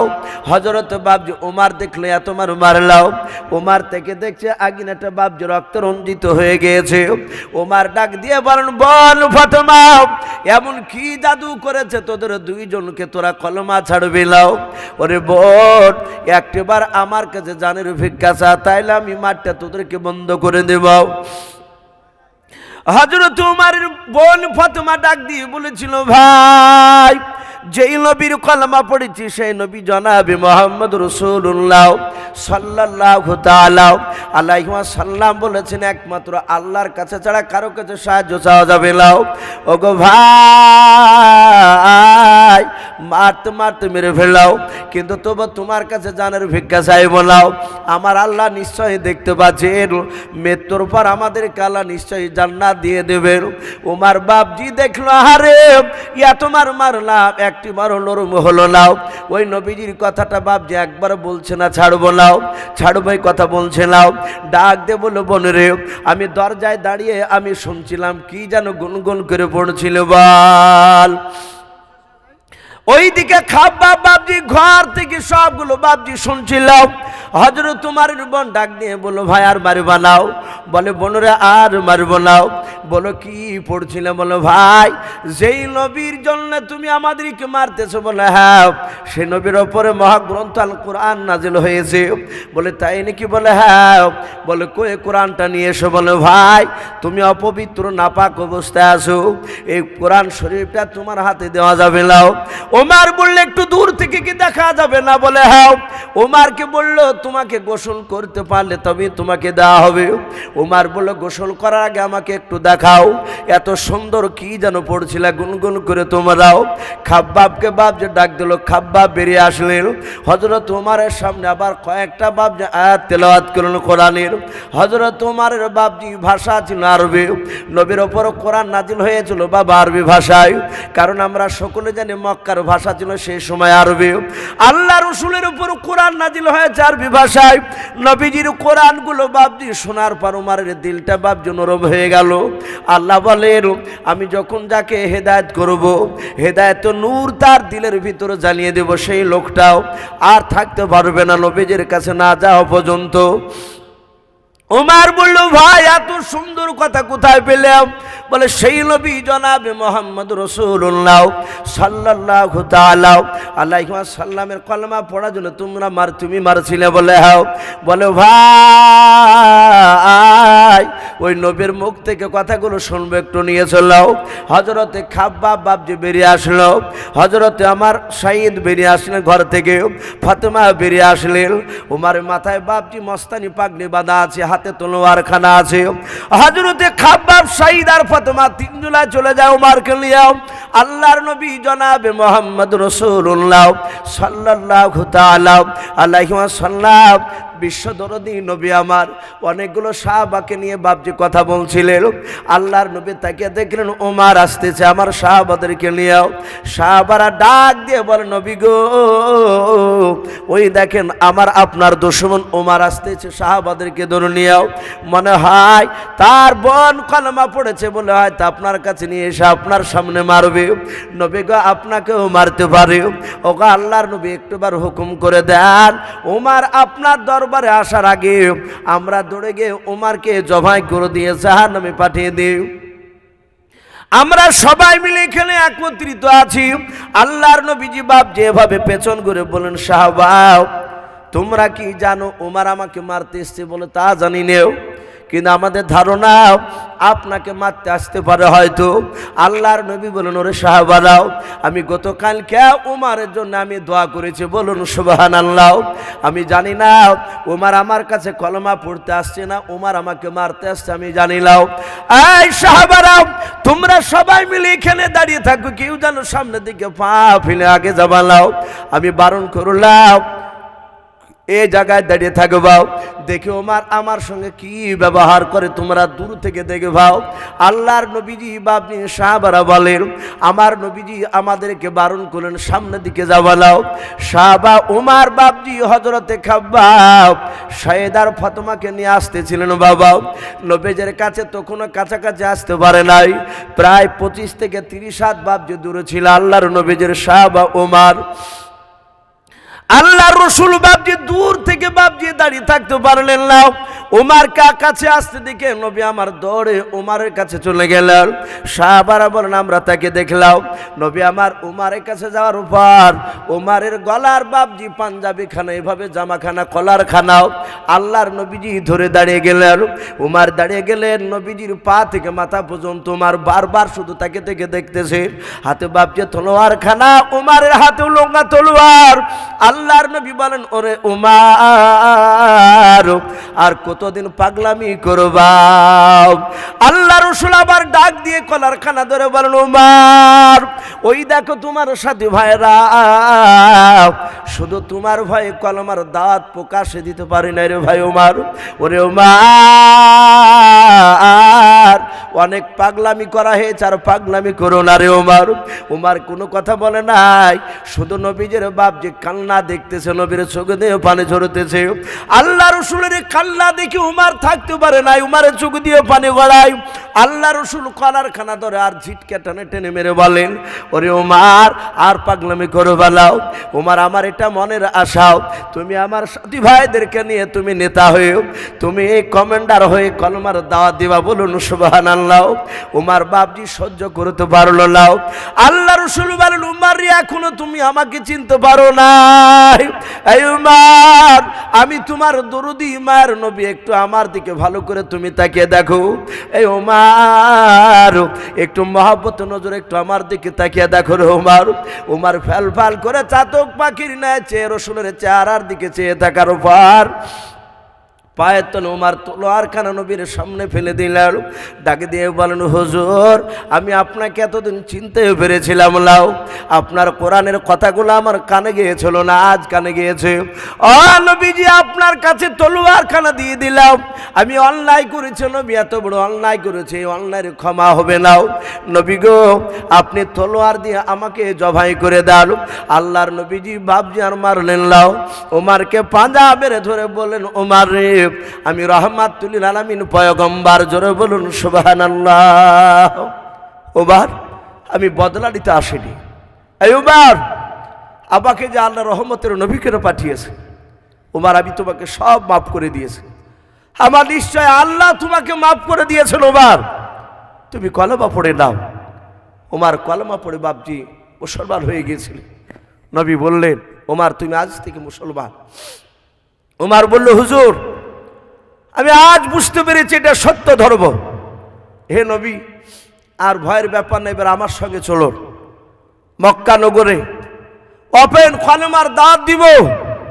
দেখি কোন বেটা উমার সামনে এসে দাঁড়ায়। মানুষ সবাই, আবু জেহেল, উতবা সাহেবরা অবাক যে আমার দলের হয়ে গেল, আবার আমার বিরুদ্ধে চলে আসছে।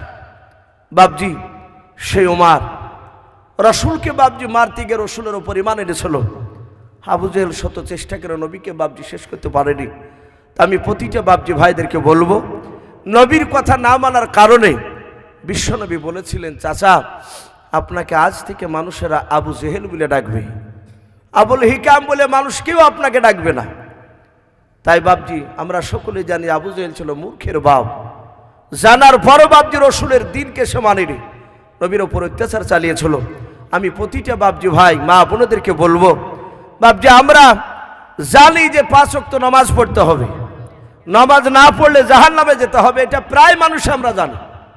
জানার পরও বাপজি আমরা মানতে চাইলে, আবু জেহেলও জানতো মুহাম্মদ সাল্লাল্লাহু আলাইহি ওয়াসাল্লাম আখিরি জামানার রসূল। আবু জেহেল অনেক পরীক্ষা করে দেখেছিল, গোপনে রসুলের ঘরের দরজায় কান লাগিয়ে দেখেছিল কোরআন মুহাম্মদ সাল্লাল্লাহু আলাইহি ওয়াসাল্লামের তৈরি করা নয়, এটা ঐশ্ববাণী, এটা আসমান থেকে এসেছে। জানার পরও বাবজি সে মানেনি। সে জানতো মুহাম্মদ সাল্লাল্লাহু আলাইহি ওয়াসাল্লামের কথা যদি কলেমা পড়া যায় ওজনে কম দেওয়া যাবে না, মুহাম্মদ সাল্লাল্লাহু আলাইহি ওয়াসাল্লামের কথা কলেমা পড়ে নিলে চিটারি করা যাবে না, মিথ্যাবাদী কথা বলা যাবে না, মুহাম্মদ সাল্লাল্লাহু আলাইহি ওয়াসাল্লামের কলেমা পড়ে নিলে 5 ওয়াক্ত বাবজি নামাজের মধ্যে ফাঁকি দেওয়া যাবে না।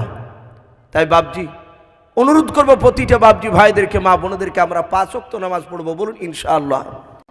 এই ঠান্ডা দিনে বাবজি রাত্রির বেলাতে ফজরের সময় মসজিদে মুসল্লি খুব কম হয়ে যায়। আবার দেখবেন ঘুরতে ফিরতে বাবজি 2-4 মাস পর মসজিদে যাইয়া সেজদা থেকে বাবজি কপাল তুলবে না। মেলাখানিক পর বাবজি নামাজ শেষ করিয়ে বলবে যে ভাই সেজদায় গেলে আর কিচ্ছু ভালো লাগে না। তো তাকে দেখবেন ঠিক ফ্যানের তলে বেটা মসজিদে ফ্যানের তলেই বসে সেজদা মারছে। ওর সেজদা কিন্তু বাবজি আল্লাহর ভয়ে নয়, ওর বাড়িতে কারেন্টের বিল ফুটবে বলে বাবজি এখানে বেশি লম্বা টাইম দিয়ে সময় কাটাতে চাইছে। যদি তাই হয় তাহলে শীতের সময় ওই লোকটাকে বাবজি অতক্ষণিক লম্বা সেজদা পাওয়া যাবে, কিন্তু তা নয়। শীতে অনেক মুসল্লি নাই, আবার দেখবেন গরমের সময় নতুন নতুন বাবজি যারা বাদ দিয়ে দিয়েছে 6 মাস আগে, তারা আবার বাবজি নতুন করে নামাজের দিকে যাবে। বাবজি অনুরোধ করব, নামাজ এত গুরুত্বপূর্ণ। আমার বিশ্বনবী দরুদ নবী বলেছেন নামাজবিহীন কোনো মানুষ জান্নাত যেতে পারবে না। জোরে বলুন সুবহানাল্লাহ। নামাজ পড়াই লাগবে। তাই প্রতিটা মানুষ বাবজি নামাজ আমরা পড়ব। নামাজ এত গুরুত্বপূর্ণ। বলা হয়েছে মানুষ যখন মৃত্যুবরণ করে ছটফট করছে, তার মুখ দিয়ে বাবজি ফেফড়া ওঠে না, অনেক সময় ঘড়ঘড়ি উঠে যায়, কিন্তু সে তাকায় চোখ দুটো ডাইরেক্ট হয়ে গিয়েছে, সে কথা বলতে পারে না। তখন অনেকে বাবজি চামচ চেখে পানি দেয়, যার মুখে পানি দেয়, শরবত দেয়, এই করে পানি দেয়, কিন্তু তার 2 কষা দিয়ে মুখের 2 সাইড দিয়ে বেরিয়ে যায়। বলা হয়েছে ওই সময় তো লোকটাকে পূর্ব পশ্চিম করে শুয়ে দেন, পশ্চিম দিকে পা করে দেন, ওর জান এখনো বেরোয়নি, হয়তো কথা বলতে পারছে না, তার ভিতরে জ্ঞান আছে।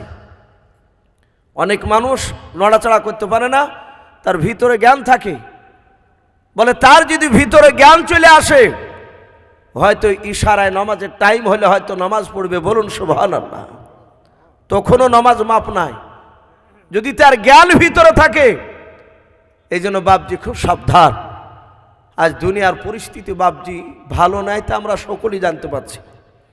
আজ গোটা পৃথিবীতে বাবজি অশুভ শক্তির বাবজি শক্তি ছাড়া দিয়েছে, এটা সকলেই জানতে পারছি।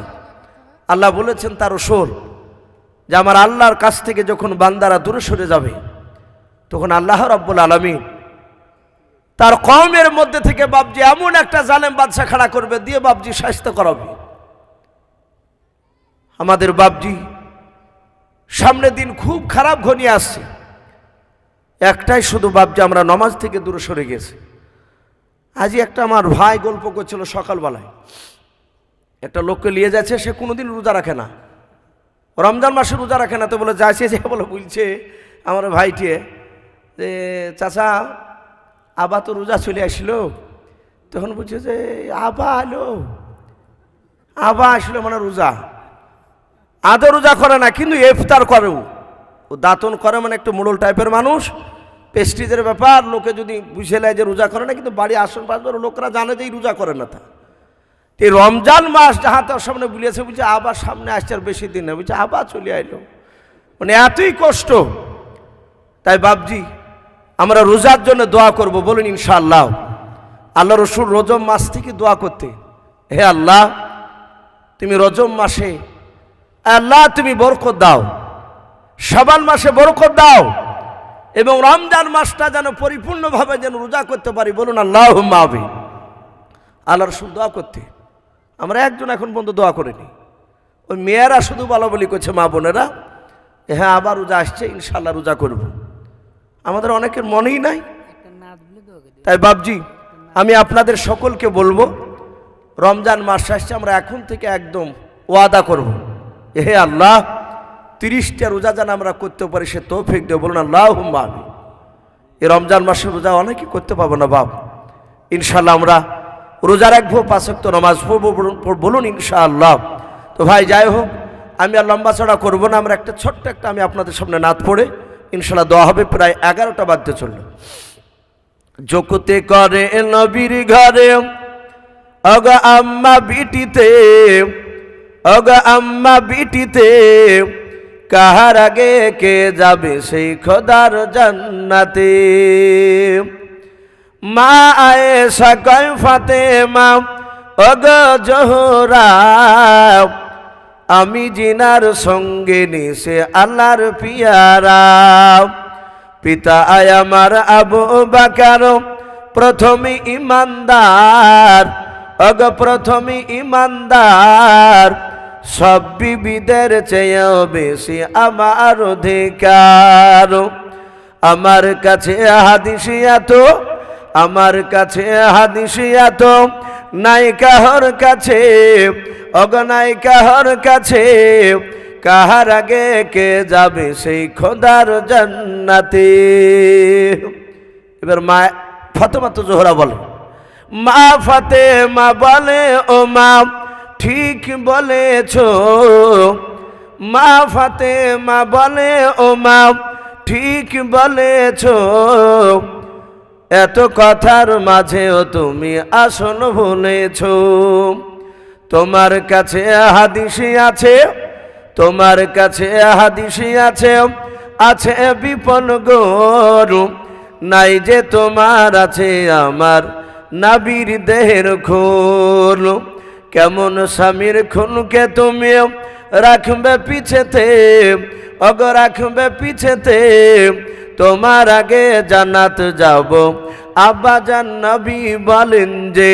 জকুতে করে নবীর ঘরে অগ আম্মা বিটিতে, অগ আম্মা বিটিতে, কাহার আগে কে যাবে সেই খোদার জান্নাতে।